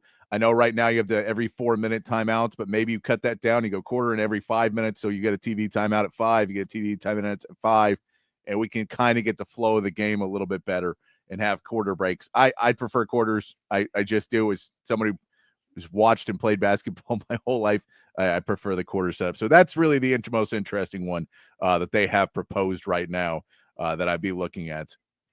And real quick before we go to the break too, let's talk a little Texas baseball over the weekend as we wrap up this weekend's activities. As we saw Texas baseball drop 2 games to 1 to Florida. The Sunday game, you really wanted to see them come back in that one and get a win. It did not happen. You did have the weather delay in the middle of that game as well, or Saturday's game. You had the weather delay. They came back and get the win. And on Sunday, you thought maybe they had turned the corner, and not the case. But then the story that comes out after everything was the Friday game when Texas was getting beat pretty badly. They put in Jonah Williams, the 2-sport athlete, and Jonah Williams comes out and is very animated in his at-bat. And it's kind of like I'm watching it going, this doesn't seem, it seems odd, right?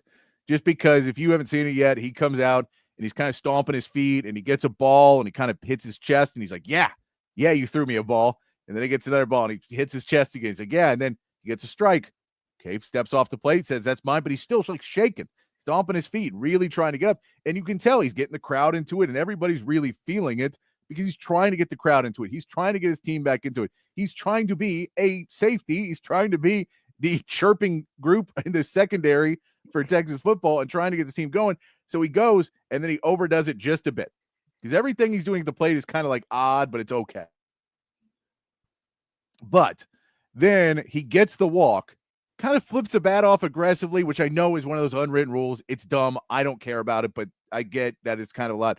And then stares down the pitcher as he runs to first base for a walk while you're down 7 runs.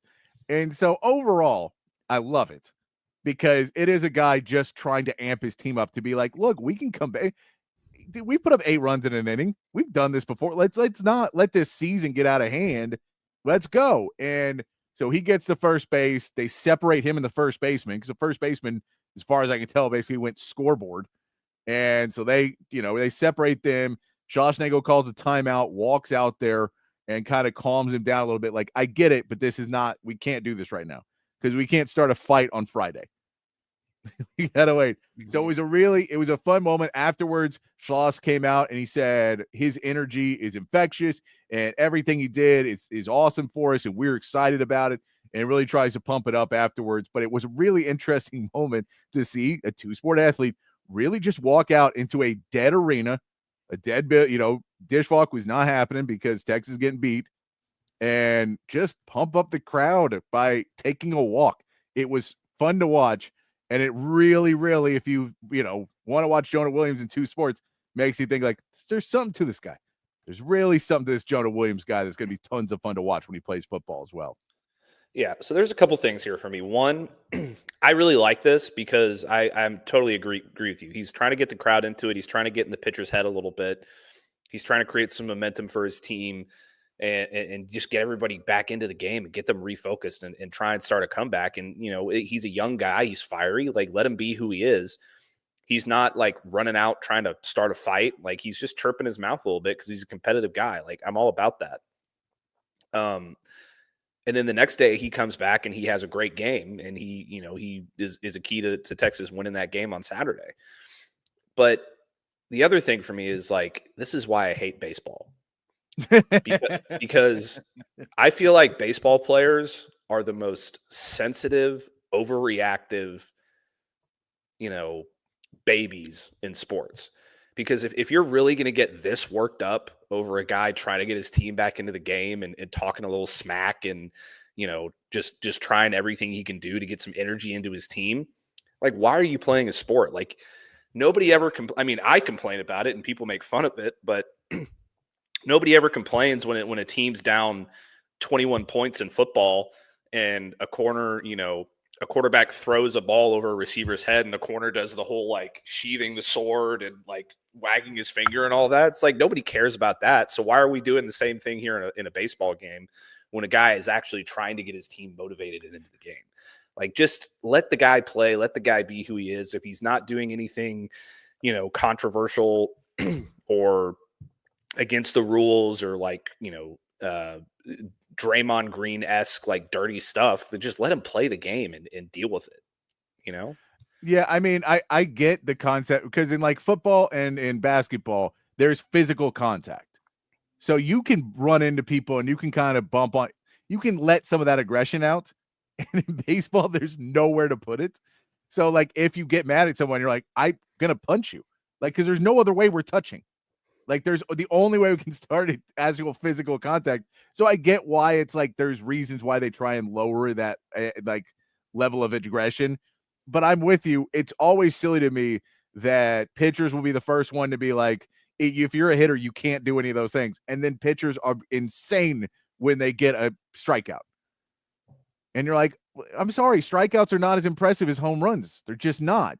Now, they're not because, someone can have 300 strikeouts in a season. No one's going to have 300 home runs. That's why they're not as impressive. It's just whatever's more rare will be more impressive. But it's just a really interesting push of how this game goes that you see a Jonah Williams. It was really fun to watch because I'm watching the game and they're losing and you're kind of out of it too. And then all of a sudden it catches your eye when everyone's like, wait, what's happening? What is this guy doing at home plate? And I love it. I really did. And yeah, they did pull the pitcher after the Jonah walk, Ray says. And I get that there was, they may have thrown at the next hitter. It was all this. It's all the unwritten rules of baseball. There's all the dumb stuff. And I think both managers understood it as well. This is a really young guy who's going out there and a two-sport athlete, but it was a football guy playing baseball. And I think when you watch it, you're like, Jonah Williams is good at baseball. He seems like a football guy, though. Seems like a football guy when you see him doing those types of things. Yeah, and I'll have to find it while we're on the break, and maybe I can send it to you and you can put it up on screen or something. But there was an example of this, like kind of from the opposite side of it earlier in the year against Texas A&M. I think it was Texas State. Maybe it was a different team they were playing. But the pitcher is just talking smack after every single pitch that he throws. Yeah, and he says anything about it. Nobody says a damn thing about it because it's a pitcher doing it, and it's not an outfielder drawing a walk or whatever the case may be. So like, be consistent about what you complain about, at least if you're a baseball guy. No, I'm with you. It's all the unwritten rules. I get where it was. You're probably going to get one of your teammates hit with a pitch, so maybe tone it down a bit. Like, you're not going to face the repercussions for what is about to happen because what you're doing. But I'm all for it. I'm all for the Happy Gilmoring of baseball and trying to get people a little bit more excited and some more excitement in the game overall.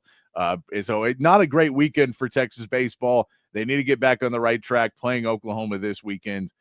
That's going to be big, and we'll get into that a little bit more as the week goes on to see if Texas can get back on the right track going into the tournament play. But fun little story there, and a little bit more of already starting the lore of Jonah already this early in his career. Hasn't even stepped on the football field, but there's already a lore starting that this guy is going to be something special.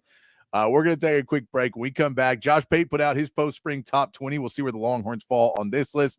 I also want to look a little bit and look at some teams that may get better this season, some teams that might improve around college football, and some teams we think are going to take the direction the opposite way and stumble a little bit more. We'll go through and talk about some of those teams from all the different conferences. And also the first game of the NFL schedule has been released. So we'll get into that. If we have time, we'll get into Derek Carr's retirement as too. I don't want to bump off Derek Carr, but that's his level of importance right now. So we'll get to all that and whatever you guys want to talk about as well. We roll along here on a Monday afternoon right here on Open Gym, waiting for that number one pick to come up for San Antonio. Just waiting. We got about an hour and 11 minutes until the Spurs get Cooper Flagg. So we'll just keep it rolling along here on Texas Sports Unfiltered. At Sleep Cycle Center, we can treat Hi, this is Tom McKay with Audiovisual Consultations. And Camilla McKay. Hey, kid, you want to hear a dad joke? Sure, old man. A guy walks into a flat... Oh, that was terrible. A guy walks into a store and buys an 85-inch flat screen for $2,500. I wasn't done with my joke yet. Yeah, you were. Here, I got one. What's worse than paying for one overpriced surround sound speaker? I don't know what. Paying for two overpriced surround sound speakers? All right, well, here at Audiovisual, we do like to laugh. And by calling 512-255-8678, you can share in that laughter. Stop paying extra for lesser quality and visit avconsultations.com today. All right. You got me going now. One more. All right, here we go. A guy walks into a bar, and then a speaker, and then a projector. All right. I think they get it, kid. Give us a call at 512-255-8678 or see us online at avconsultations.com. And all jokes aside, remember to hug your kids, laugh with strangers, and make love to whoever the hell you want. Just give us a call, 512-255-8678. You see covert everywhere. That personal level of just feeling like it's a personal family interaction. The customer service, it's impeccable. It's unlike anything I've ever experienced buying a car. Over the 30 years that I've been buying cars from them, I feel like I know them and they know me. Covert's done an amazing job of making me feel valued. If you purchase a vehicle and you want to feel like you're part of a family, join the Covert family. Come and experience it for yourself. Covert, born and raised in Austin.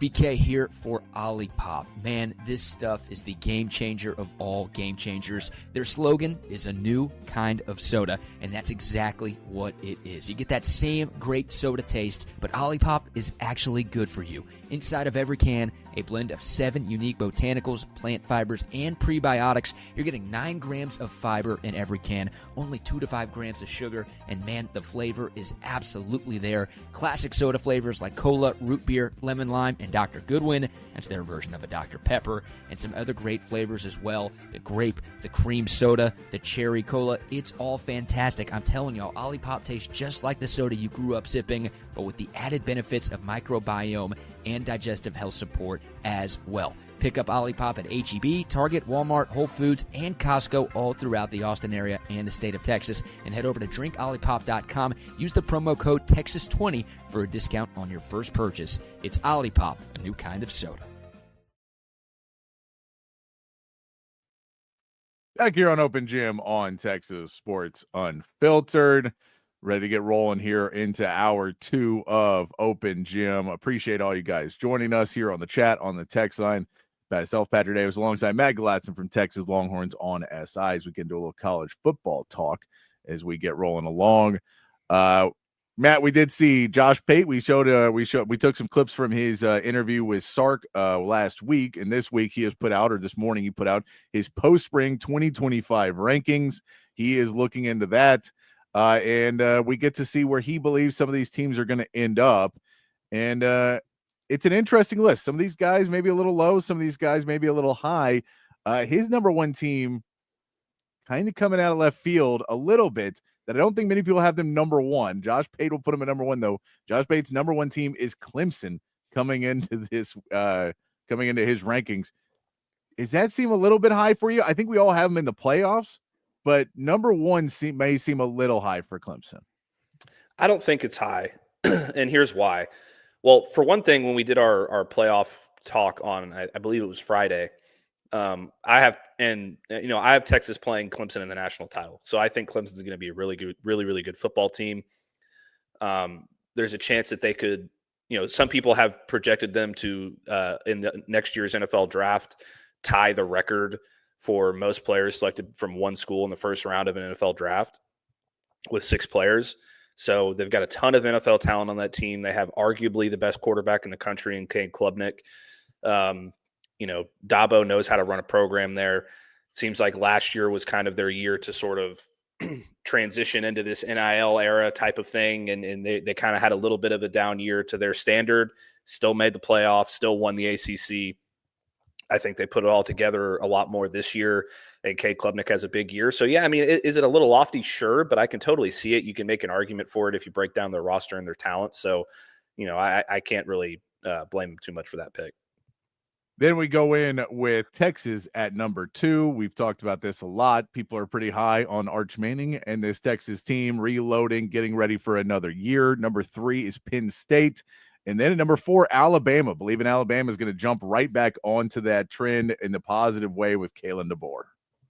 Yeah, I'm not as sold on Alabama as Pate is here. There's something that I can't quite put my finger on why I'm not as confident about them. Maybe it's the quarterback situation. Ty Simpson has, he has all the talent in the world, but he's not exactly proven. They had Jalen Milroe the last couple of years. They couldn't quite put it together with him last year. But, in year one, to be on the verge of making the college football playoff with Kalen DeBoer and then having a whole year of establishing your culture, Alabama's never going to be short on talent. So there's got to be something there that Pate sees. I'm not sure exactly what it is. I still think they're a top 10 team and a playoff contender. Number 4 seems a little high to me, though. Yeah, I think 4 is a little high, and 5 is a little high for me too for LSU. I'm still not bought into this LSU team. I'm not bought in that they're going to be that much better than they were last year. I get Garrett Nussmeier is a really good quarterback. I just have not bought into them using every piece of it right, them having all the pieces come together, Brian Kelly putting together the winning team. I know they're saying they're third in the SEC, but I still the top 5 team in the country I'm not sure about for LSU. I know you're a little bit higher on it than I am. Yeah, I mean, I like LSU's team. I think Garrett Nussmeier is a hell of a quarterback, and he has a chance to go number 1 overall. But and let's be fair, like you can't necessarily take a team's strength of schedule into account when you're doing something like this, because you're just at least from my perspective on how he's making these rankings, he's just viewing them based on talent from team to team, and that's why LSU is so high here. But if you look at their schedule, they have one of the toughest schedules in college football next year. They open at Clemson. They've got Florida. They're at Ole Miss. They have South Carolina, Texas A&M, at Alabama, and at Oklahoma. Like that's a really tough schedule. And yeah, if they can navigate it, then yeah, absolutely. But I have a hard time seeing them, number 1, win in week 1, because Brian Kelly hasn't been able to do that the last couple of years, and against a Clemson team that Josh Pate has number 1. So, the talent's there. For me, it's more about Brian Kelly as a head coach than anything else. Yeah, I can go with that. Number 6 is Notre Dame. Number 7 is Oregon. And all the way down to number 8 is Ohio State. I know they are trying to build up after another season. This is an Ohio State team that does feel like they're in a better position to come right back and compete again for a playoff spot, compete again for a national title. Where do you put Ohio State right now of possibility of a chance of a repeat? Are they way a little bit further off than they think they are? Is 8 around where you'd put them? I mean, it just feels like it feels a little low, because I think this team is not quite where Michigan was, where everything fell apart and they were completely left with nothing at the end of the day. This feels like they did reload enough. They still have some really good players on this team. I get Will Howard's gone. I get you lose the running backs as well, but I'd probably still put them top 5 maybe of a team, just because that's what Ohio State does right now. Yeah, I think that, when you look at Ohio State, there's kind of 2 different ways you can talk about this. Number 1, they did lose a lot of guys to the NFL, which it's not easy to replace all of those guys in terms of experience. You can have all the talent in the world, but if they're not experienced players, then it's hard to replicate that kind of success. And they don't have a proven quarterback, which is always something that you have to take into account. If you look at it from the other side, and you look at the quarterback specifically, Julian Sayin is immensely more talented as a passer than Will Howard ever was. And like, he has the potential to be like future top 5 NFL draft pick, amazing arm talent. He's going to be able to utilize those receivers like Jeremiah Smith way more effectively, in my opinion, than Will Howard ever could. So if you look at it from that perspective, they should be a top 5 team. I think it's just a matter of seeing what Julian Sayin actually can do when the lights come on, and that's why he has them a little bit lower. I would put them higher, but I just need to see what he does to say whether or not I believe they're actually a national title contender. Yeah, I get what that is, but I think there's some other teams that maybe I would feel that about too. Like number 9, we get Florida. We know that Florida is going to be improved. A pretty tough schedule for Florida though. This season they do have some really tough games. And then number 10 is Oklahoma. And if we're talking about I need to see them put it together on the field to be higher, this feels like the team that you need to see them put it together. And John Mateer, and then to see if Jay Knott is going to be the same running back he was 2 years ago, or is he the running back that was last year? What are you going to be able to put together? Are they able to actually have a coaching staff be cohesive throughout an entire year? All those pieces. I think Oklahoma's going to be better. We'll get into that in a little bit, but number 10 maybe still feels a little high for me for Oklahoma. This is very high for me for Oklahoma. I don't think that, there's a reason that Miami was not necessarily a national title contender coming out, a top 10 team for everybody coming out of last year, because everybody knew Cam Ward was a good quarterback, but you still are transitioning from Washington State, where you're not playing the same kind of talent necessarily. And the ACC isn't the best conference in the world, so that's not exactly an apples to apples comparison. But now John Mateer is going from Washington State to the SEC, and things are going to be a lot different for him. I think he's a good quarterback, but it's, my main knock against Oklahoma right now is just the coaching. I don't think that Brent Venables is a national title coach. I don't think that they're quite there yet. Oklahoma has a ton of talent on that team, but I don't know if Brent Venables is as capable as a Steve Sarkisian or one of these, Ryan Day, of reloading your roster and making it compete year after year after year. I think he just, he's on the hot seat for a reason. And putting a coach that's on the hot seat in the top 10 feels like kind of a stretch for me. Yep. And that puts us through our top 10 with one ACC team, three Big Ten teams, one independent, and 5 SEC teams in your top 10, and 11 is another SEC team. The 6th SEC team listed in this, that feels low. This one has probably gotten the most comments. This one has probably got the most hate on Josh Pate coming back. That number 11 is Georgia. Georgia does not like being left out of the top 10. Georgia does not like being told that they're the 6th best team in the SEC going into the season. I don't know if he just doesn't have the faith in Gunnar Stockton. I don't know if it's he thought they lost too many pieces, or that, they did look vulnerable at times last season. I don't know what it is, but he's kind of saying this may be the beginning of the end of Georgia being the powerhouse if you're going to put him as the 6th best team in the SEC. Yeah, this feels kind of low for Georgia to me, but, they weren't Georgia last year. They were still a good team. They won the SEC, oddly enough, but it just didn't feel like Georgia football for the entire season. They were super inconsistent.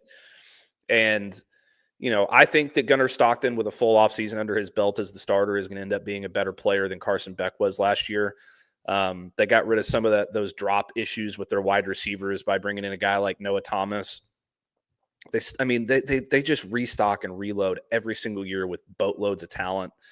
Gunnar Stockton's been in positions of big games and all those kinds of things already. So he's proven that he can play in big games like he did in the SEC championship. So yeah, let's be honest, Patrick, 11 and the 6th team in the SEC for Georgia is borderline laughable to me. Like they should be a top 5 team in my opinion, but like bar none. I don't understand it.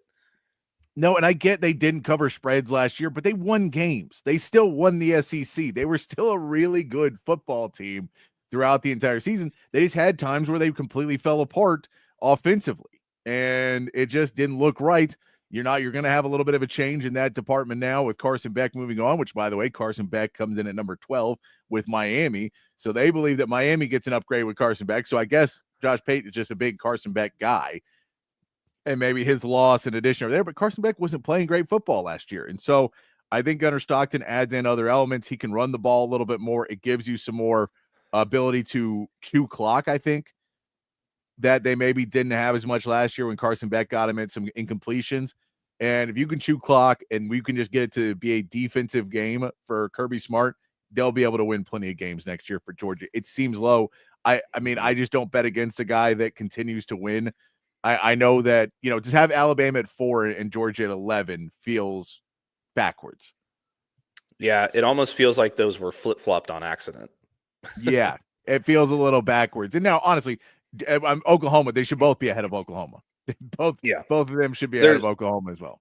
There's not a scenario that could possibly happen within reality next season where Oklahoma finishes above Georgia, in my opinion. There's no way that happens.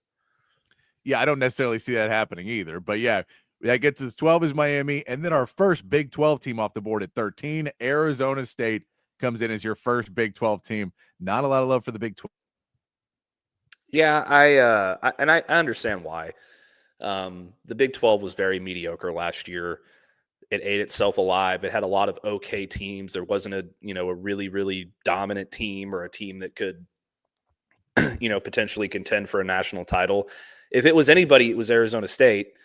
And the reason that they were in that position was because they had a guy named Cam Scadaboo. And they could just rely on him to do anything they could possibly ever need. He's gone. So how do you replace the guy who was literally your entire offense? This seems very high for Arizona State for me. I don't even have them making the college football playoff. So 13 seems a little high. I get it, because going through and looking, we'll do, and then, next we'll go into what teams we think will improve and be worse. And you look at the Big 12 schedules and you're like, every schedule is really winnable and it is also losable, but every schedule is pretty winnable in the Big 12. So this is a team that you could say, well, they could just keep winning games. And if Sam Levy can just do well enough to win games and get a 9-10 win team, they may be the best in the Big 12. And that's kind of where I think it. So I think 13 is a little high, but also I don't know if there's another team I would put ahead of them. And I don't want to have the Big 12 not even be in the top 15. That seems a little bit off as well. I'm an SEC homer now, so maybe it's right, but it seems a little off. Number 14, go ahead. I could name at least two teams that I would have above Arizona State right now in the Big 12. Okay. Well, I know one of them's on this list, so we'll get to that one here in a minute. But number 14 is Texas A&M. So the Aggies coming in. This one feels about right, and it feels just where Aggies fall in, where they're like, okay, top 15 team. We're back on the men. Oh, wait, we're 7th in the SEC. We're still bottom half of the SEC. Dang it. That's not where you want to be. You don't want to be 7th in the SEC, even if you're a top 15 team. But that feels more about right for A&M, maybe 15 to 20, something like that, where they'll still be a good team. But I feel like they're right on that cusp of like being between 5th and 7th in the SEC. Yeah, and this is another one that makes me think that Oklahoma's too high, because Texas A&M is going to be a better football team than Oklahoma next year. They killed it in the transfer portal. They have a super talented quarterback coming back. They're getting their running backs all back. They did an excellent job in the transfer portal of upgrading their wide receiver group. Their defense is going to be really good. It's year 2. The biggest improvements for coaches typically come from year 1 to year 2. So if Mike Elko is really the right guy for Texas A&M, they're going to take a jump in year 2. And I absolutely think that they're going to be a good football team. I would have them above Oklahoma all day.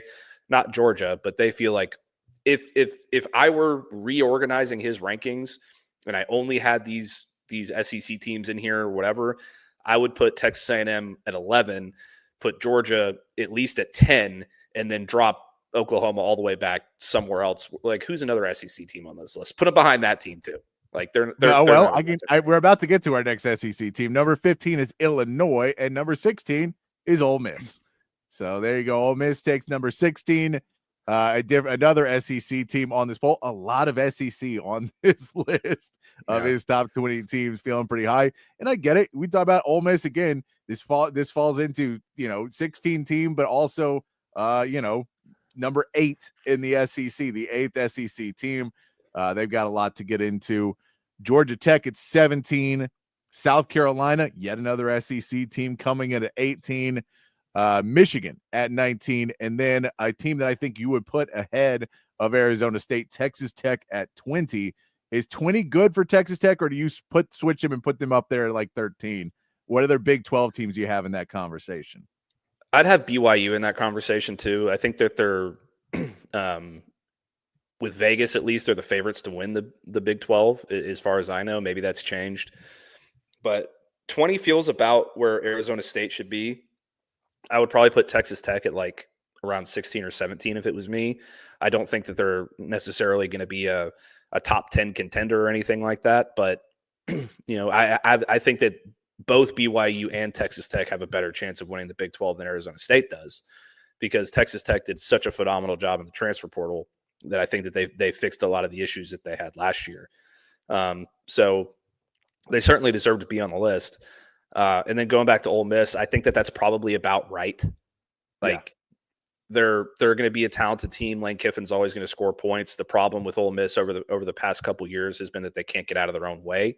So maybe with Austin Simmons at quarterback, being able to be a little bit more consistent and just a smarter overall player than Jackson Dart in terms of decision making, maybe they can kind of minimize those mistakes. But until they're able to get out of their own way and not lose these games that they should not lose, then 8th or 9th in the SEC probably feels about right for them. Yeah, I'm right there with you. Mike, appreciate you tuning in. Texas will probably lose 2 regular season games, he says. Look, they could. Ohio State's going to be a really big question mark. It's your first game coming in with Arch Manning and a lot of new players. That one's questionable. Georgia, we know, is going to be questionable because it's always questionable. You have a rivalry game against Oklahoma. You have a rivalry game against A&M. The Florida team, a lot of people think is going to be good. There's definitely tough games on this schedule. I could see that. I'll still say I think they're a one-loss team right now. We haven't played the schedule game yet. We'll get to that later in the offseason, I'm sure. But I would say they're probably still a one-loss team. Now that changes because I'm going to say they're going to beat Ohio State. So if they lose to Ohio State, maybe that changes into a 2-loss team. But I think if you don't have Ohio State as a loss, then I don't see them as a 2-loss team. Because I think that they're going to be playing better football that way. If Ohio State's a loss, then one of those other ones, this Georgia game, this feels like a Georgia game that Sark has to win. Like Sark is going to they're going to be full balls to the wall tilt to try and win this Georgia game this year because they've just been embarrassed too many times now that you have to come around and try and win that game. So I'll have more hope in it that they won't be punked out like that. But I get it. 2 losses not crazy in the SEC at all.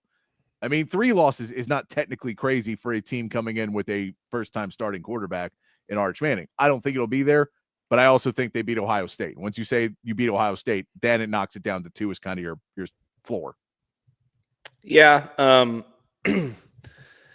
Listen, I have Texas as a one-loss team too. I think that, the Ohio State game is one that you could go either way on. Like you said, like just the unknowns in that game with Arch being the full-time starting quarterback and being at the shoe and all these different things. That's going to be a really tough one. If they win that game, then the only real other, what did Paul Feinbaum call them? Landmines. Oh yeah. Yeah. The only other landmine really on that schedule. Urban Meyer. Yeah. Urban Meyer. Sorry. The only other really landmine on that schedule for me is the road game at Florida. So, that's one that could sneak up on you that you're not expecting that could potentially be a loss. Georgia's one that, I have them losing in the regular season. But outside of that, like if you beat Ohio State, odds are you're a one-loss team in the regular season because that's how good of a team you are. So it'll hinge on that game for sure. Yeah, that's it. I'll be bold and be positive going into that game, but yeah, it's not a crazy prediction there, Mike. That's not actually bad because I'm sure there's some people that have them at 4-loss teams, but they probably live in College Station or Arkansas or somewhere else that no one else wants to go. So I didn't want to go. What are you gonna say? Before we do that, can I reorganize Josh Pate's top 10 into mine, which I think makes a lot more sense, and then the people in the comments can tear me apart if they want to. So my preseason top 10, I'm not going to go through the whole top 20 because that would take too long. But my preseason top 10 is Texas number 1, Clemson number 2, Penn State number 3, Georgia number 4, Ohio State number 5, Oregon 6, Notre Dame 7, LSU 8, Alabama 9, South Carolina 10. Okay. That's it's very SEC heavy. Mm-hmm. And I like South Carolina. I still don't know if I put him top. I like him, but I'd maybe knock him down to like 11 or 12. I like him, but I may put somebody else in there ahead of him. I don't have my list in front of me because I have not written it and done enough research on schedules and stuff. But I will say I like a lot of that list. I like a lot. I probably knock LSU down a little bit more. But consensusly, everybody really likes LSU this year. I'm just a lone man out who feels like that we keep hearing this every single season and it's not coming to fruition. So I'm more on the edge on that one and being by myself, but I like that list. That's a good list. Top 5, dead on. Top 5, I'm 100% on board with you in your top 5. Actually, probably your top 7. I'll go with maybe is that I'm really on board with you. And then it gets a little bit different as we get out. But that's where you start getting into the minutia of, well, that guy drops one non-conference. How much does a non-conference loss cost you nowadays? Too non-conference losses, because they're trying to get you to do more of them. They want you to have good non-conference games because it means more television revenue. That I think they're weighting those a little bit less and less now, and you use them more as a positivity thing and not a negativity, so you don't get knocked down for losing to a Texas or an Ohio State or whoever in your early season. So like an Oklahoma Michigan game, I don't know if it really hurts either team really bad because people are just happy that they took it in the long run of the season. But I think it will, at the end of the year, they'll go, the conference schedule is really what we want to see you do. And if you win that game, we'll use it as a positive. But if you lose, we're not going to hold it against you. Yeah, no, I think you're dead on with that. Tougher non-conference can only help your resume in the long run. A win versus, Sam Houston doesn't really do anything for you. No. But if one of your regular season losses is to Ohio State, you're probably in pretty good shape. Like exactly. If you have 2 losses and one's to Ohio State, you're okay. No, that's where we get into like the Indianas and stuff where they're just not scheduling anybody. And you go, well, yeah, we get it. But if you don't schedule anybody, how do we know if you're actually for real? And you go, I don't care. Just put us in the playoff. Just put us in there. Let us get that money. And then I'll get a raise, whether or not I deserve it. Not try to win it all. Hate that stuff. But I want to get into, because, Indiana may be in this. I want to talk to you because I was starting to look through the conferences and starting to kind of get together on our polls and start to get together on what we think was going to be happening next season. And so I was starting to look at schedules and get to the point of who's going to jump up on their rankings this year, who's going to have a little bit better in their standings than they were a year ago, and who's going to go the other direction. So I thought the exercise would be, let's pick a couple from each conference, one going one direction, one going the other from each of the Power 4 conferences. It's easier now that there's only 4. We don't have to do all the work. We know we're getting easier now. But I thought I'd go through those. So let's play a little game, and maybe we'll mention some of these teams that are on this 20 list, top 20 list from Jeff Pate as well. Josh Pate as well. ACC. Let's see, what ACC team do you think is going to have the most improved record, or is going to improve in record that you bring out this season, Matt? In terms of record, or in terms of just overall, like to the end of the season? I mean, I did it by record, but you can go. I mean, I just did it by record because it's an easier way to say they're going to have 2 or 3 more wins. They'll have 3 or 4. This team is going to be better than they were last year. So I kind of did it by record. Yeah, I'm going to go with Clemson because I think they're going to play for the national title. And last year they barely made the ACC title game. So I'm going to go with Clemson just because I think they're a real national title contender. Okay, I have Florida State because I think Florida State can be a 7-8 win team this year. And they were a 2-win team or 3-win team, 2-win team last year. They were 2-10, 1-7 in ACC play. They were completely falling apart. Gus Malzahn got brought in as the new offensive coordinator. Tommy Castellanos is their new quarterback. Actually played for Gus Malzahn at Central Florida before he came over. So they already have a rapport. They're going to be ready to go. They brought in a lot of different transfers. They're trying to address the issues. I don't think they're going to be great, but you're in the ACC. There's 7 or 8 winnable games for Florida State this year. I think they get back on the right track after really just that Jordan Travis injury. I've never seen debilitate an entire team as bad as that one did, because it knocks him out of the playoff 2 years ago. And then last year they are an abysmal team. So I'll say they're going to be the most improved team in the ACC, because Florida State, I can't imagine they have another season that bad again. So they fall into it. They were probably the easiest one for me of all this list, because you just look at it and go, well, yeah, they shouldn't have been that bad. I don't know why they were that bad last year. It all fell apart. We were all talking about their coaches being great, and now everything's falling apart. I have Florida State going from a 2-10 team to probably an 8-win team next year. And I think that would be a pretty big improvement. I agree. I think Clemson is in the national title hunt. I just didn't go with them because but I agree with you 100%. They're definitely improving still on a team that was already really good. Yeah. I probably should have picked one that was going to take a meteoric rise in regular season record, but I'm just really bullish on this Clemson team. So that's why I think. No, I'm with you. It works. If we all take the same teams, it's not any fun, Matt. So yeah, we're going to pick some different teams. No, it's our good. next one is different too. Yeah, Clemson. Yeah, because Clemson is a team that I think go up. So yeah, which team do you think takes a slot down in the ACC? I hate saying this because I like the team and I covered them for a couple of years, and I'm a big fan. But SMU, okay. They were 8-0 in the ACC last year. They were on the verge of winning it. They made the college football playoff. I just don't see them being the same team. They won 11 games last year by the end of it. So it sucks, but I think they're probably 7-8 win team. They got a tough schedule. Baylor's going to be better than they were last year. They have TCU, which is always a tough game for them. Syracuse is a good football team. They have to play at Clemson. They have Miami. They have Louisville. They have to make the trip in November all the way up to Boston College, and it's going to be freezing up there during that time of year. So there's some losable games on that schedule, and I don't think they're going to be the same team. I think they could take a little bit of a fall. They've still got a ton of talent on that roster because they have no problem spending money. They are in one of the most fertile recruiting grounds in the country in Dallas. And what they've really done well in the transfer portal is basically everyone who gets homesick, who goes to a big school and doesn't play a lot and gets a little homesick, they're like, come on back and we'll pay you to come on back to SMU. And so they have a lot of rosters of guys. They have a roster full of guys that are 4 or 5-star recruits, and maybe their transfer portal ranking isn't as high because they didn't really play or they didn't fit in where they're at, but then they end up back at SMU and are really good players.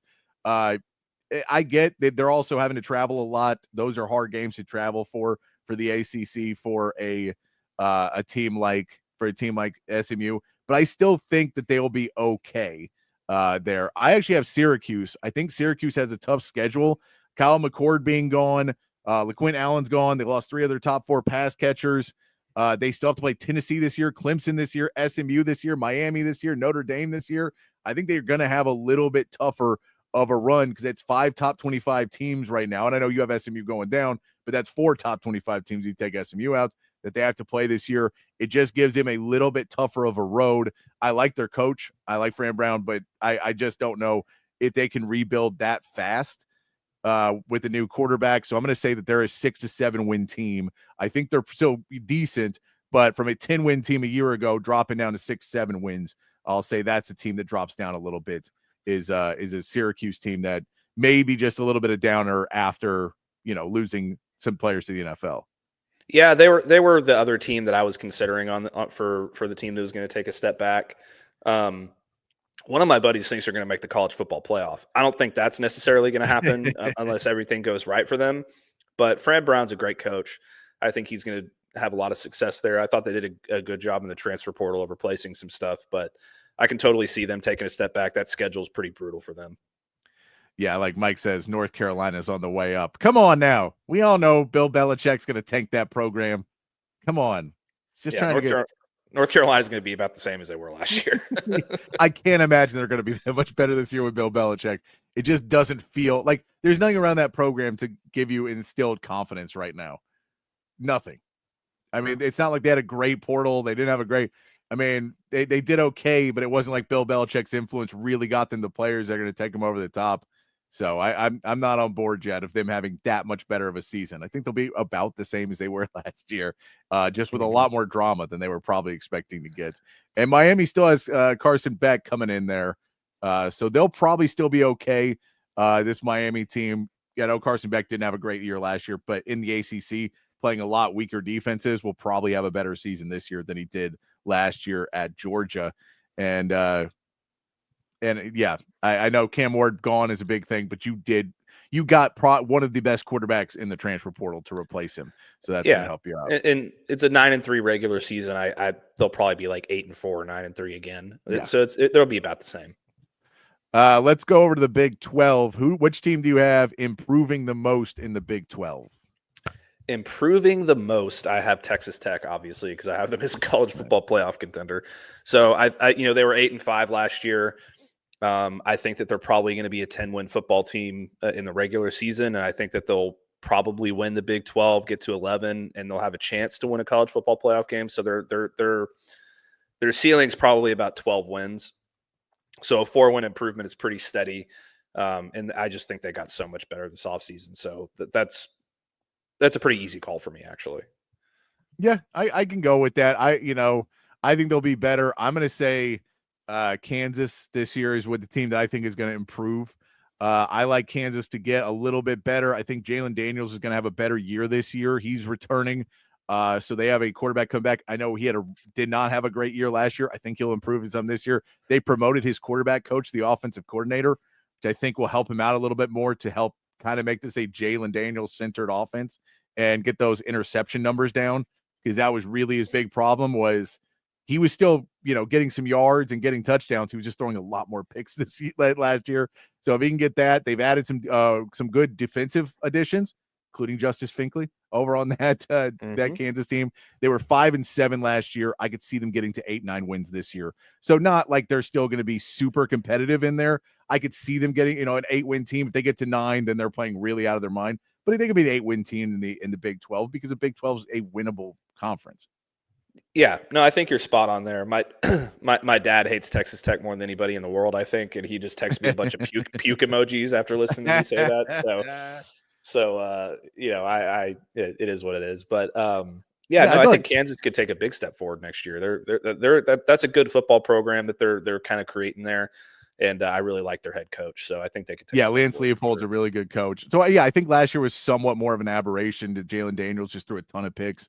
I think they can figure those things out. But when you have a guy like that who we've seen play really good football before, I think he can kind of get back to that, and that's why I'll give them an edge to grow back up. What about a team? I'll give you mine first. We'll go off. We may have the same one here, because I feel like this one may be the same. You probably do. The team that may go down the most is Colorado.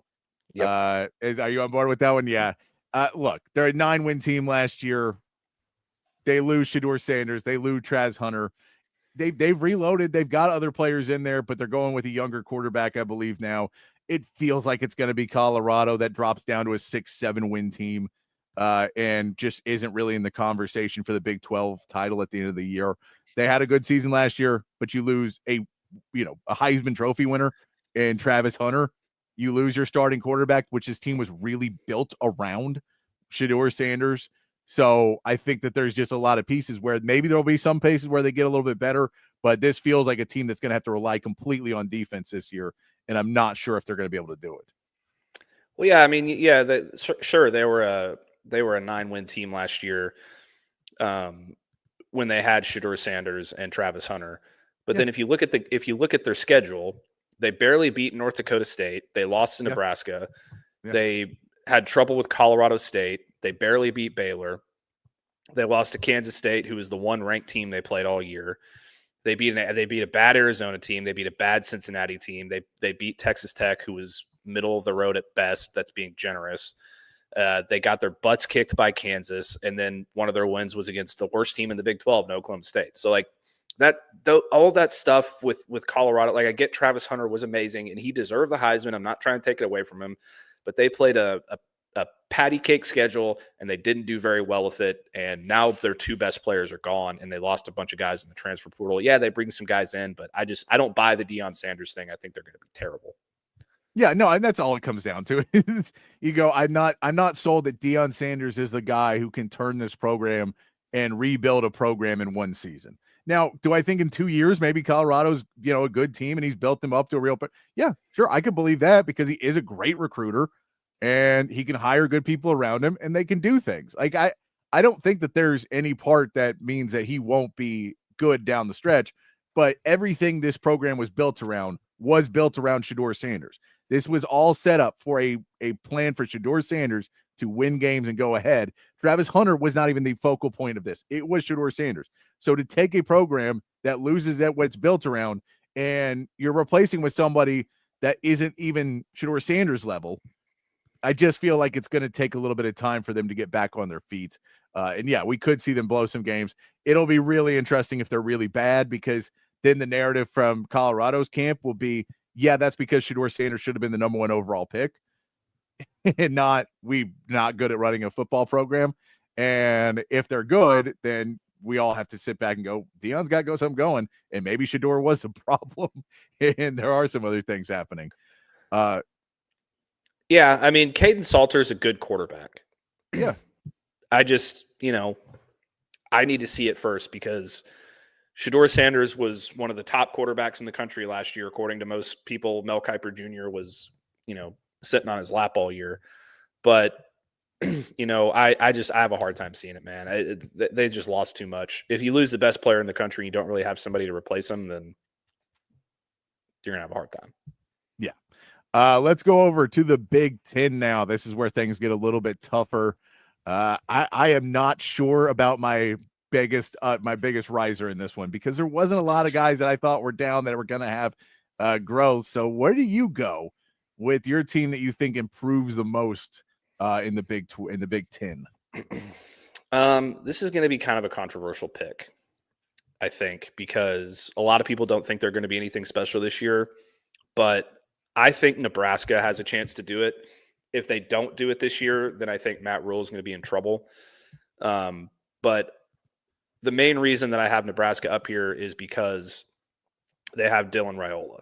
And Dylan Raiola, I think, has a chance to be a fantastic quarterback. If he just stops cosplaying, man. Yes, he needs to stop cosplaying as Patrick Mahomes. We all agree with that. I think we can all across the country agree with that statement. Stop cosplaying, man. Yeah, it was. I'd never cop. Yeah, you are. Man. Don't so deny bad. it. You're doing it. You wear your stuff the exact same way he does. You wear the same number. Just get over it. You're doing it. Admit it. Yeah. But he is a very good quarterback, and I think that if they put things together offensively, then they could take a big jump. I mean, last year they were 3-6 in the Big Ten. They were 7-6 overall. And if you kind of look at their schedule last year, they probably should have beat Illinois. They got dump trucked by Indiana, but they were in it against Ohio State. They probably should have beaten USC, and they probably should have beaten Iowa. So like there were some wins in there that they already should have had. I think that they're going to be better going into next year. So they'll have a pretty good shot to get to maybe 9 wins and keep Matt Rule's job. All right. I like that. I probably like that better than what my pick is, because mine is really me going out on a limb, and I'm going to say it's USC. They've made a ton of changes to this roster, a ton. And this really feels like make it or break it year for Lincoln Riley. And I think they're going to pull some magic out of their ass and get a few wins that maybe you don't think they're going to win. I think the second year in the Big Ten is going to be a lot better for a lot of the California schools and the schools on these, because that travel just killed them all. And I think they'll learn how to deal with that a little bit better in year 2. I think they'll be way more prepared for the road games in year 2 than they were in year 1. So I think there's just, a little bit of that's going to help this team get a little bit better. They were a 7-6 team, 4-5 in conference play. So if you can improve that conference play a little bit more and, get 2 or 3 more wins, you're a 9-win team. And now all of a sudden you start to get a little bit more in that discussion for being at the top of the Big Ten. That's where I think they want to be going. That's where you feel, because if they're 7-6 again, those fire Lincoln Riley chants get really, really loud. And maybe, I don't think they fire him, but I think he maybe takes a job somewhere else. I think maybe he takes a job in the NFL, or he may, he sees the writing on the wall and says, yeah, you know what? I enjoy the palatial estate in LA, but my taxes are too high. I'm going to go take a job somewhere else. And I definitely could see that, but it's a little bit of a risk because they did change so much. They do have to replace some players on this offense as well. Woody Marks, we know, is a really good running back that ended up in the Texans. They got to replace some guys, but they brought in a ton of new players. A lot of players left. A lot of players came in, and this feels like a make it or break it year in year 2 in the Big Ten for Lincoln Riley. So I'm going to go with USC, who I think will improve the most. Yeah, and there's a couple of things that I like about USC too. I like their quarterback, but they also have arguably my favorite receiver in college football, who I think has a chance to be unreal next year. And I've been following him since high school. So like, I think he's a great kid. I think he's super talented, huge guy. Jacoby Lane is just an absolute animal. So I think if they can, with him being the de facto number one wide receiver there now, I think that they're going to have a really good chance to have an explosive offense with him.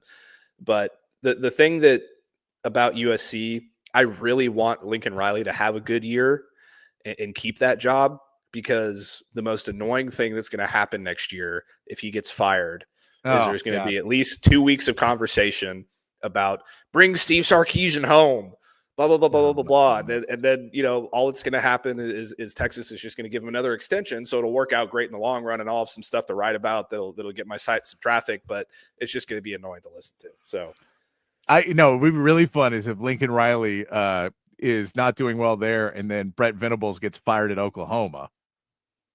And Lincoln Riley was like, well, I mean, he was good here. should we just, let the past be the past, man.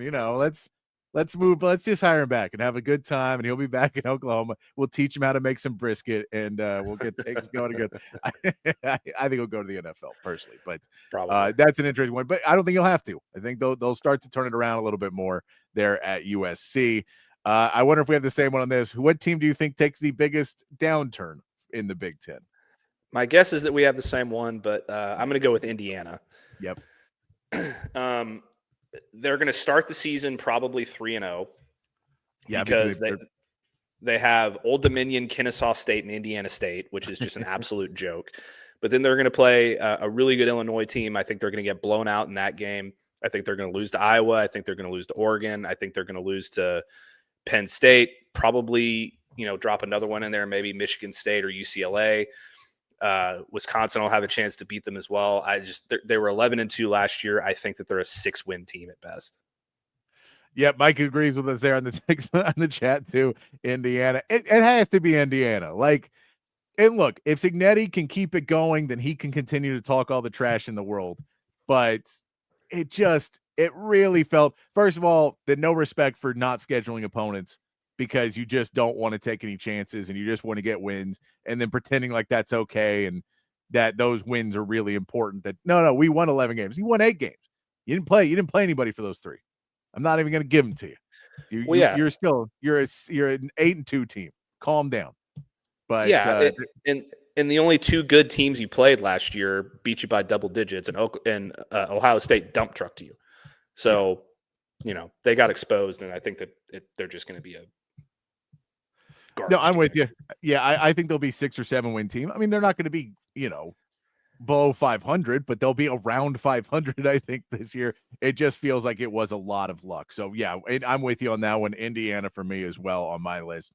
And then let's talk a little bit about the SEC. And we'll see if we're on the same. We're simpatico on this one. I think we might be on the ups. I don't know if we will be on the downs. But I'll say on the ups, I'm going to go with Oklahoma on my ups. Now, you may not be there, but I'm going to say Oklahoma. They just were really bad last year, so they have a lot of room for improvement. Maybe that's only 2 to 3 wins, but I don't see anybody getting better than 2 or 3 more wins better than what they were really. So that's around the range, and maybe there's a couple teams that could be in it, but I'll say Oklahoma does get a little bit better. Once again, it's a make or break year for Brett Venables. You bring in John Mateer and Jaden Knott, and so we'll say that Oklahoma gets a little bit better. Now, they're still going to lose some games. They're still an 8 or 9 win team. They're not going to be the top of the SEC, but the top of the SEC is going to be really, really hard to crack. So, I mean, maybe you could say Alabama improves a little bit more. Maybe, you could put an A&M in there. Maybe you could put a couple other teams that will jump up, but I don't think anyone's really breaking into that upper echelon of the SEC. And so I'll say Oklahoma jumps from the lower echelon to the middle echelon is the jump I'll give them. Yeah, I see that. They were under 500 last year. I think that they're probably an 8 or 9 win team this year. So I think that that's pretty safe to say that they'll have the most improvement of the teams in that kind of middle range there.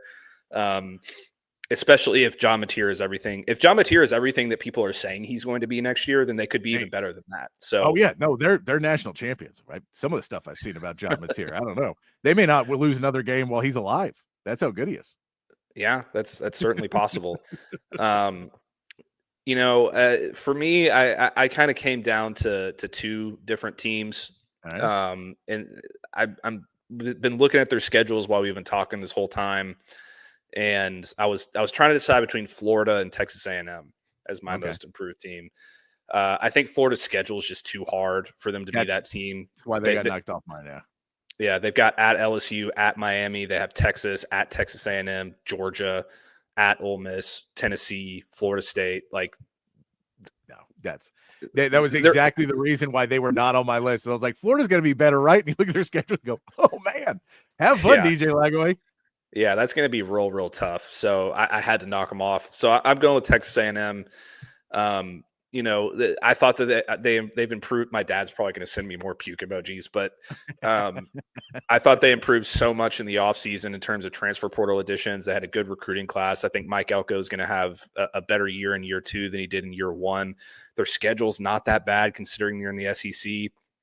They had 2 Notre Dame, which is going to be really tough. But they have Auburn, they have Mississippi State, that Florida game, they crushed Florida last year. So, and that game's in College Station this year. They have Arkansas, who I don't think is going to be very good. They do have to go to LSU. Missouri's on this schedule though. South Carolina will be tough. They have at Texas, but I didn't want to pick Oklahoma because I had a feeling you were going to pick Oklahoma. So I went with Texas A&M. I think you could pick either of those teams, but I'm just going to go with Texas A&M because I think that they're going to be a top 15 team probably. There you go. And for Mike says Bama will be back. I think Bama will be good again, but they were a 9-win team last year, and I think they're maybe a 10-win team this year.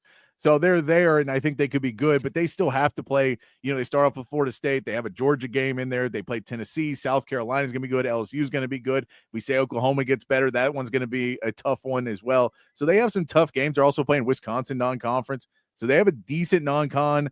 And so a 10-win season is still pretty good for them. I mean, I get Bama fans. I've got some Bama fans in my friend group, and they won't be happy to hear a 10-win season, but I think that's still a good season to go 10 wins, especially in a really tough conference like the SEC. So I could see them having a 10-win season, and that's good. I think they'll be good, but they weren't bad last year. They just had bad games where they really didn't show up, and then when they looked good, they had no problem with Georgia. So they won that game hands down, and I think Kirby's going to be pissed about that one as well, because that one still I've still put that one fully on. Kirby Smart prepared for Nick Saban in that game.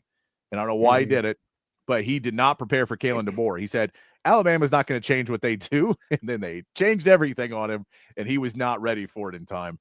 So I think that'll be fixed this year, and that Georgia game is going to be a lot more competitive than it was a year ago. But I'm with you. Bama will be good. I think Kalen DeBoer is an amazing coach. Really, really good coach. It's just hard to follow Nick Saban. Really hard to follow Nick Saban. Yeah, and they got this guy named Ryan Williams, who, if Jeremiah Smith doesn't exist last year, Ryan Williams is probably being talked about as the best wide receiver in the country. So that's true. They're going to have a very explosive offense, and I hate Alabama a lot, but they're going to be pretty good. So I did really like the joke last year to talk to my Bama friends about Ryan Williams and be like, man, he's going to look really good in that burnt orange in like 2 years. Really enjoyed that joke. After the A.D. Mitchell and Isaiah Bond transfers, you're like, no, we're just going to take him. We'll have him in a couple of years. Don't worry about it. Yeah. It's really good on their nerves. Now let's look on the losing side, the team that is going down. Who is your team that you think is going to take the biggest step backwards in the SEC? This was another tough one for me. I had it down to 2 teams. My 2 contenders here were Tennessee and Missouri. They were both Missouri had 10 wins last year. Tennessee also had 10 wins last year. I think Josh Heupel is a good enough coach where he's going to be able to have probably like an 8 or 9 win year at Tennessee. So they won't take that much of a step back without Nico Iamaleava. But it's going to be tough, but I'm going to go with Missouri just because I think that they're probably like a 6 or 7 win team. So I think they're probably going to fall off. I thought that they were kind of similar to Missouri last year. To Indiana last year, in the sense that I think that they were kind of a fraud. Like they had a good quarterback with Brady Cook and they had Luther Burden, but outside of that, I wasn't really too impressed with them. Like their big wins last year were like Boston College and Boston College. And they got blown out by Texas A&M. They got blown out by Alabama. They lost to South Carolina. You know, they barely beat Iowa in their bowl game. Like, I just don't see it for them. I think that they're taking a step back. No, I like that. And so I agree with you. I think it's going to be somebody that had 10 wins and just going to take a step back. But I'm going to say Ole Miss. I'm going to say Ole Miss. I can't wait to argue this. I think, you know, you lose a lot of players. You lose two really, really good players in Jackson Dart and Walter Nolan. You're 10-3 last year, 5-3 in conference. This is still going to be a good team, but I just think the conference play is going to be a little tough for them at points. And they may drop a couple more games than they dropped last year. So I'm not going to be too aggressive for your Ole Miss Rebels, but I will say I think that they're going to be a team that maybe takes a step backwards. And this is probably more a shot at Lane Kiffin, but I'll say they take a step backwards, you know, trying to rebuild, and then we'll be back in 2 years. Yeah, I think the worst case scenario next year for Ole Miss is 9-3. And that's if you lose to Georgia, you lose to Oklahoma, and you lose to Florida. And you know, South Carolina's on there as well. So I think the worst case scenario is 9-3. If you want to, you know, get real technical about it, perhaps 8-4 is their floor. But you know, one of Ole Miss's biggest problems last season was, you know, and I know he was a first round pick, and Jackson Dart deserves his flowers as being a super talented quarterback and all those things, but he made so many mistakes last season in critical games, like against Florida, throwing 3 interceptions in 2 plays or something. It was something like that, like in losing that game for them, which kept them out of the college football playoff. He was dreadful against Kentucky. That defense had to carry them at points last year because he was so inconsistent. And when he was on, it was because his receivers were just beating everybody deep, because that was his biggest strength as a quarterback. I think with Austin Simmons, the offense is going to be a lot more balanced and hard to stop in terms of his ability to dissect defenses and his ability to just really understand the ins and outs of this offense and have a good chemistry with his receivers. So I like him as kind of a higher upside as an overall player for them. I think that they improved the running back situation by bringing in what's his name, Logan Diggs from LSU. I think that they're going to be better there. They still have some really good receivers. You know, Caden Lee is going to be probably their number one guy, but they've got a lot of good receivers on that team. Aiden Williams is going to take a step forward. I think that they'll probably be about the same. I think, you know, 10 or 11 wins if you're giving yourself the Oklahoma game, and you're maybe South Carolina or one of these other games that I'm kind of on the fence about. I think the floor is 8, so they'll be around the same as they were last year, in my opinion. Okay. I think they'll. Yeah, I just have them maybe a little bit more of a step back. Some of the games they won last year, I don't know if they're able to win again this year. And so I get you could beat Florida again. You should definitely beat Kentucky this year. But was it the Georgia game that Austin Simmons came in for, and then we saw Jackson Dart run out of the tunnel with a passion to be like, you are not taking my spot right now. Yeah. I think that was the Georgia game that I just remember Jackson Dart very adamantly being like, I don't care if my leg is broken. This guy is playing really good right now, and we are not going to have that happen on my watch. Yeah. Jackson Dart got hurt, went to the locker room. Austin Simmons came in, just dissected the Georgia defense, let them down for a touchdown. He was like, uh-oh. All right, eject me, wrap it up. I'm going out there right now. And, I think Austin Simmons is going to do that kind of stuff all season long next year, which is why I have high hopes for him. Yeah, I mean, and that's, you always know with these quarterbacks, it's the same with Archer, with everybody else, that as they keep playing a little bit more and there's more game film on them, it's, it gets tougher.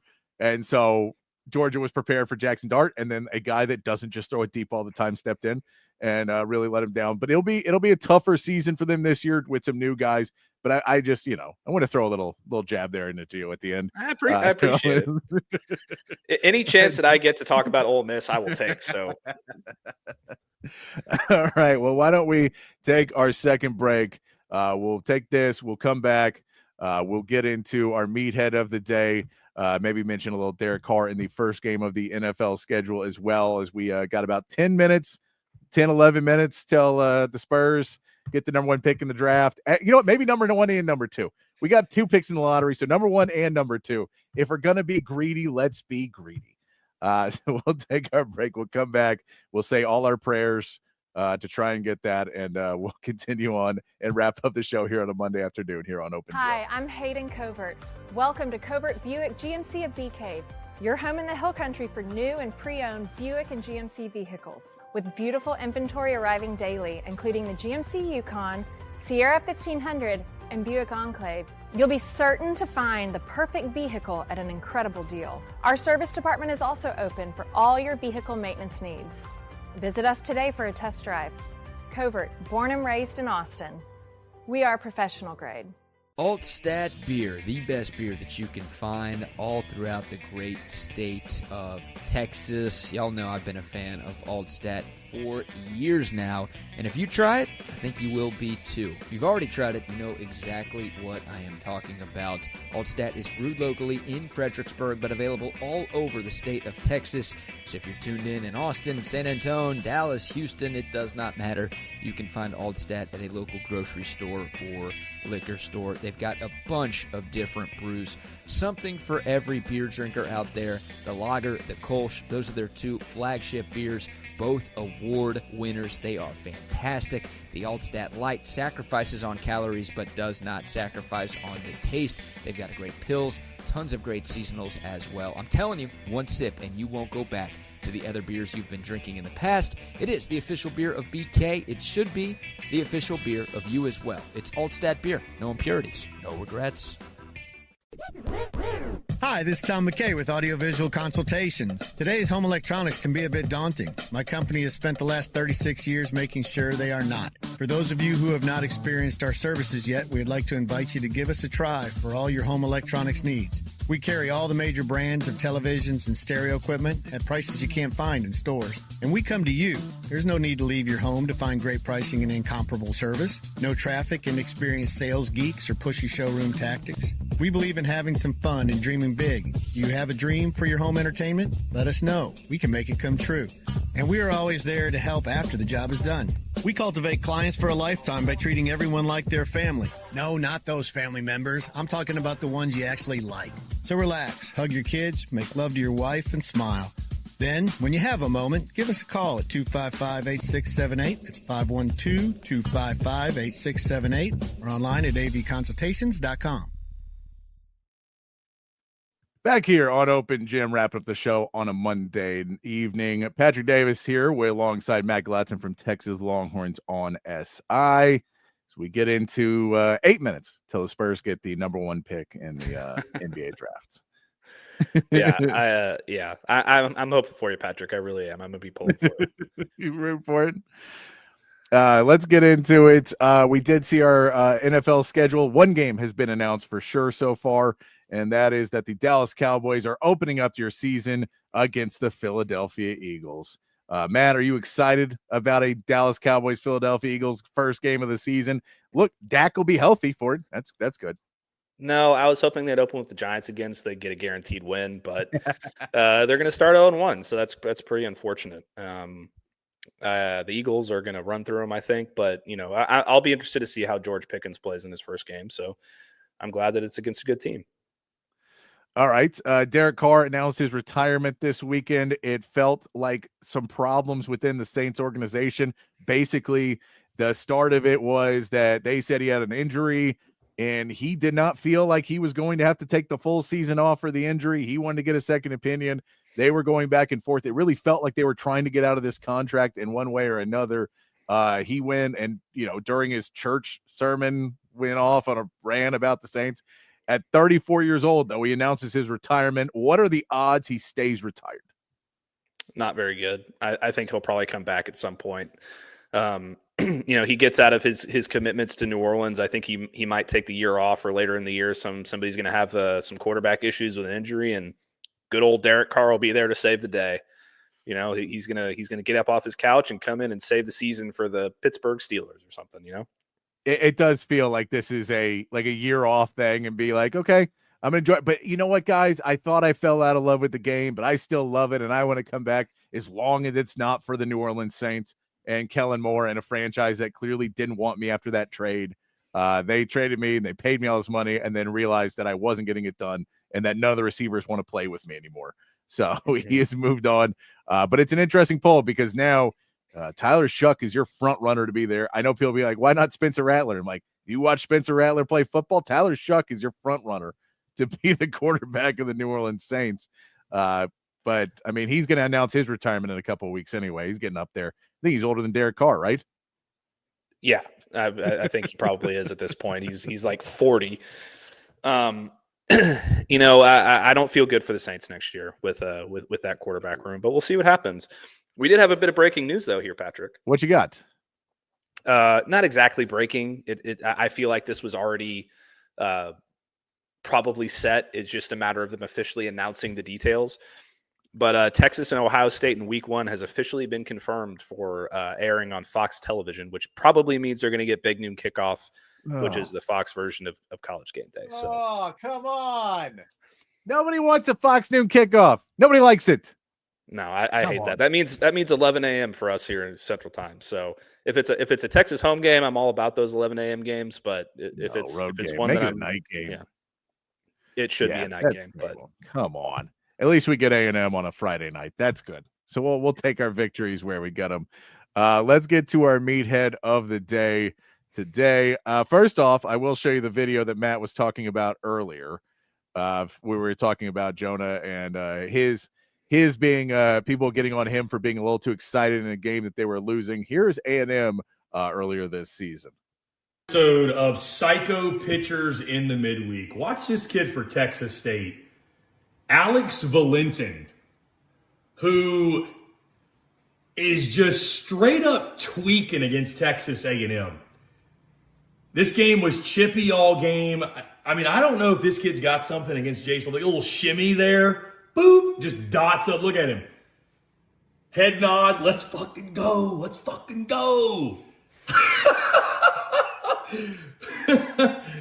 This kid...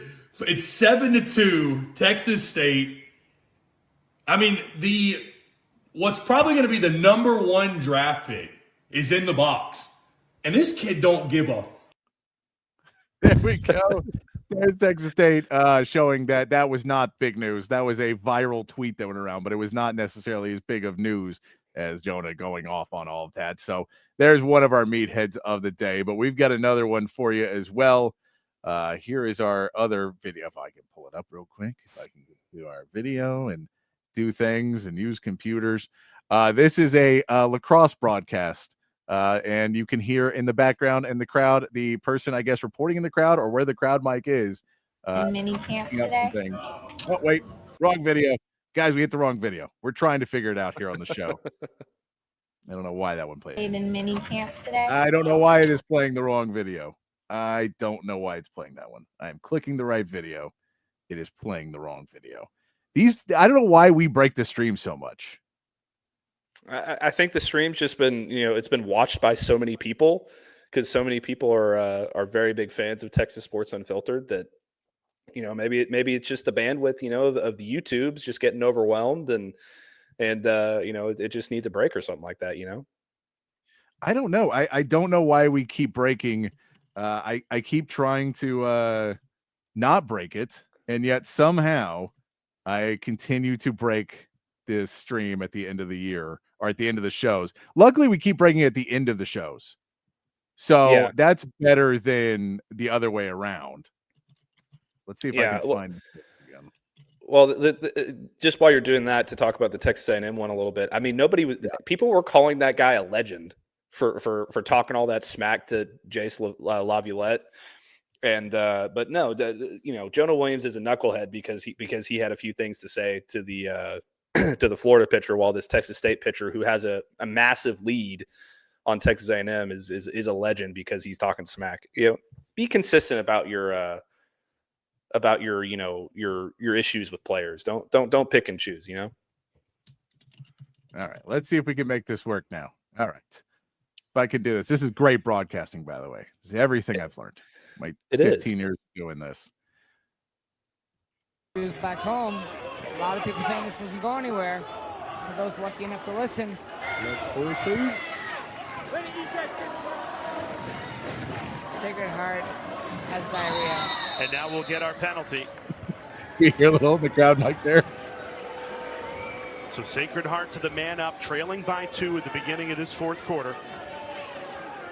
A lot of people saying Sacred Heart has diarrhea. Okay, we apologize for our crowd mic.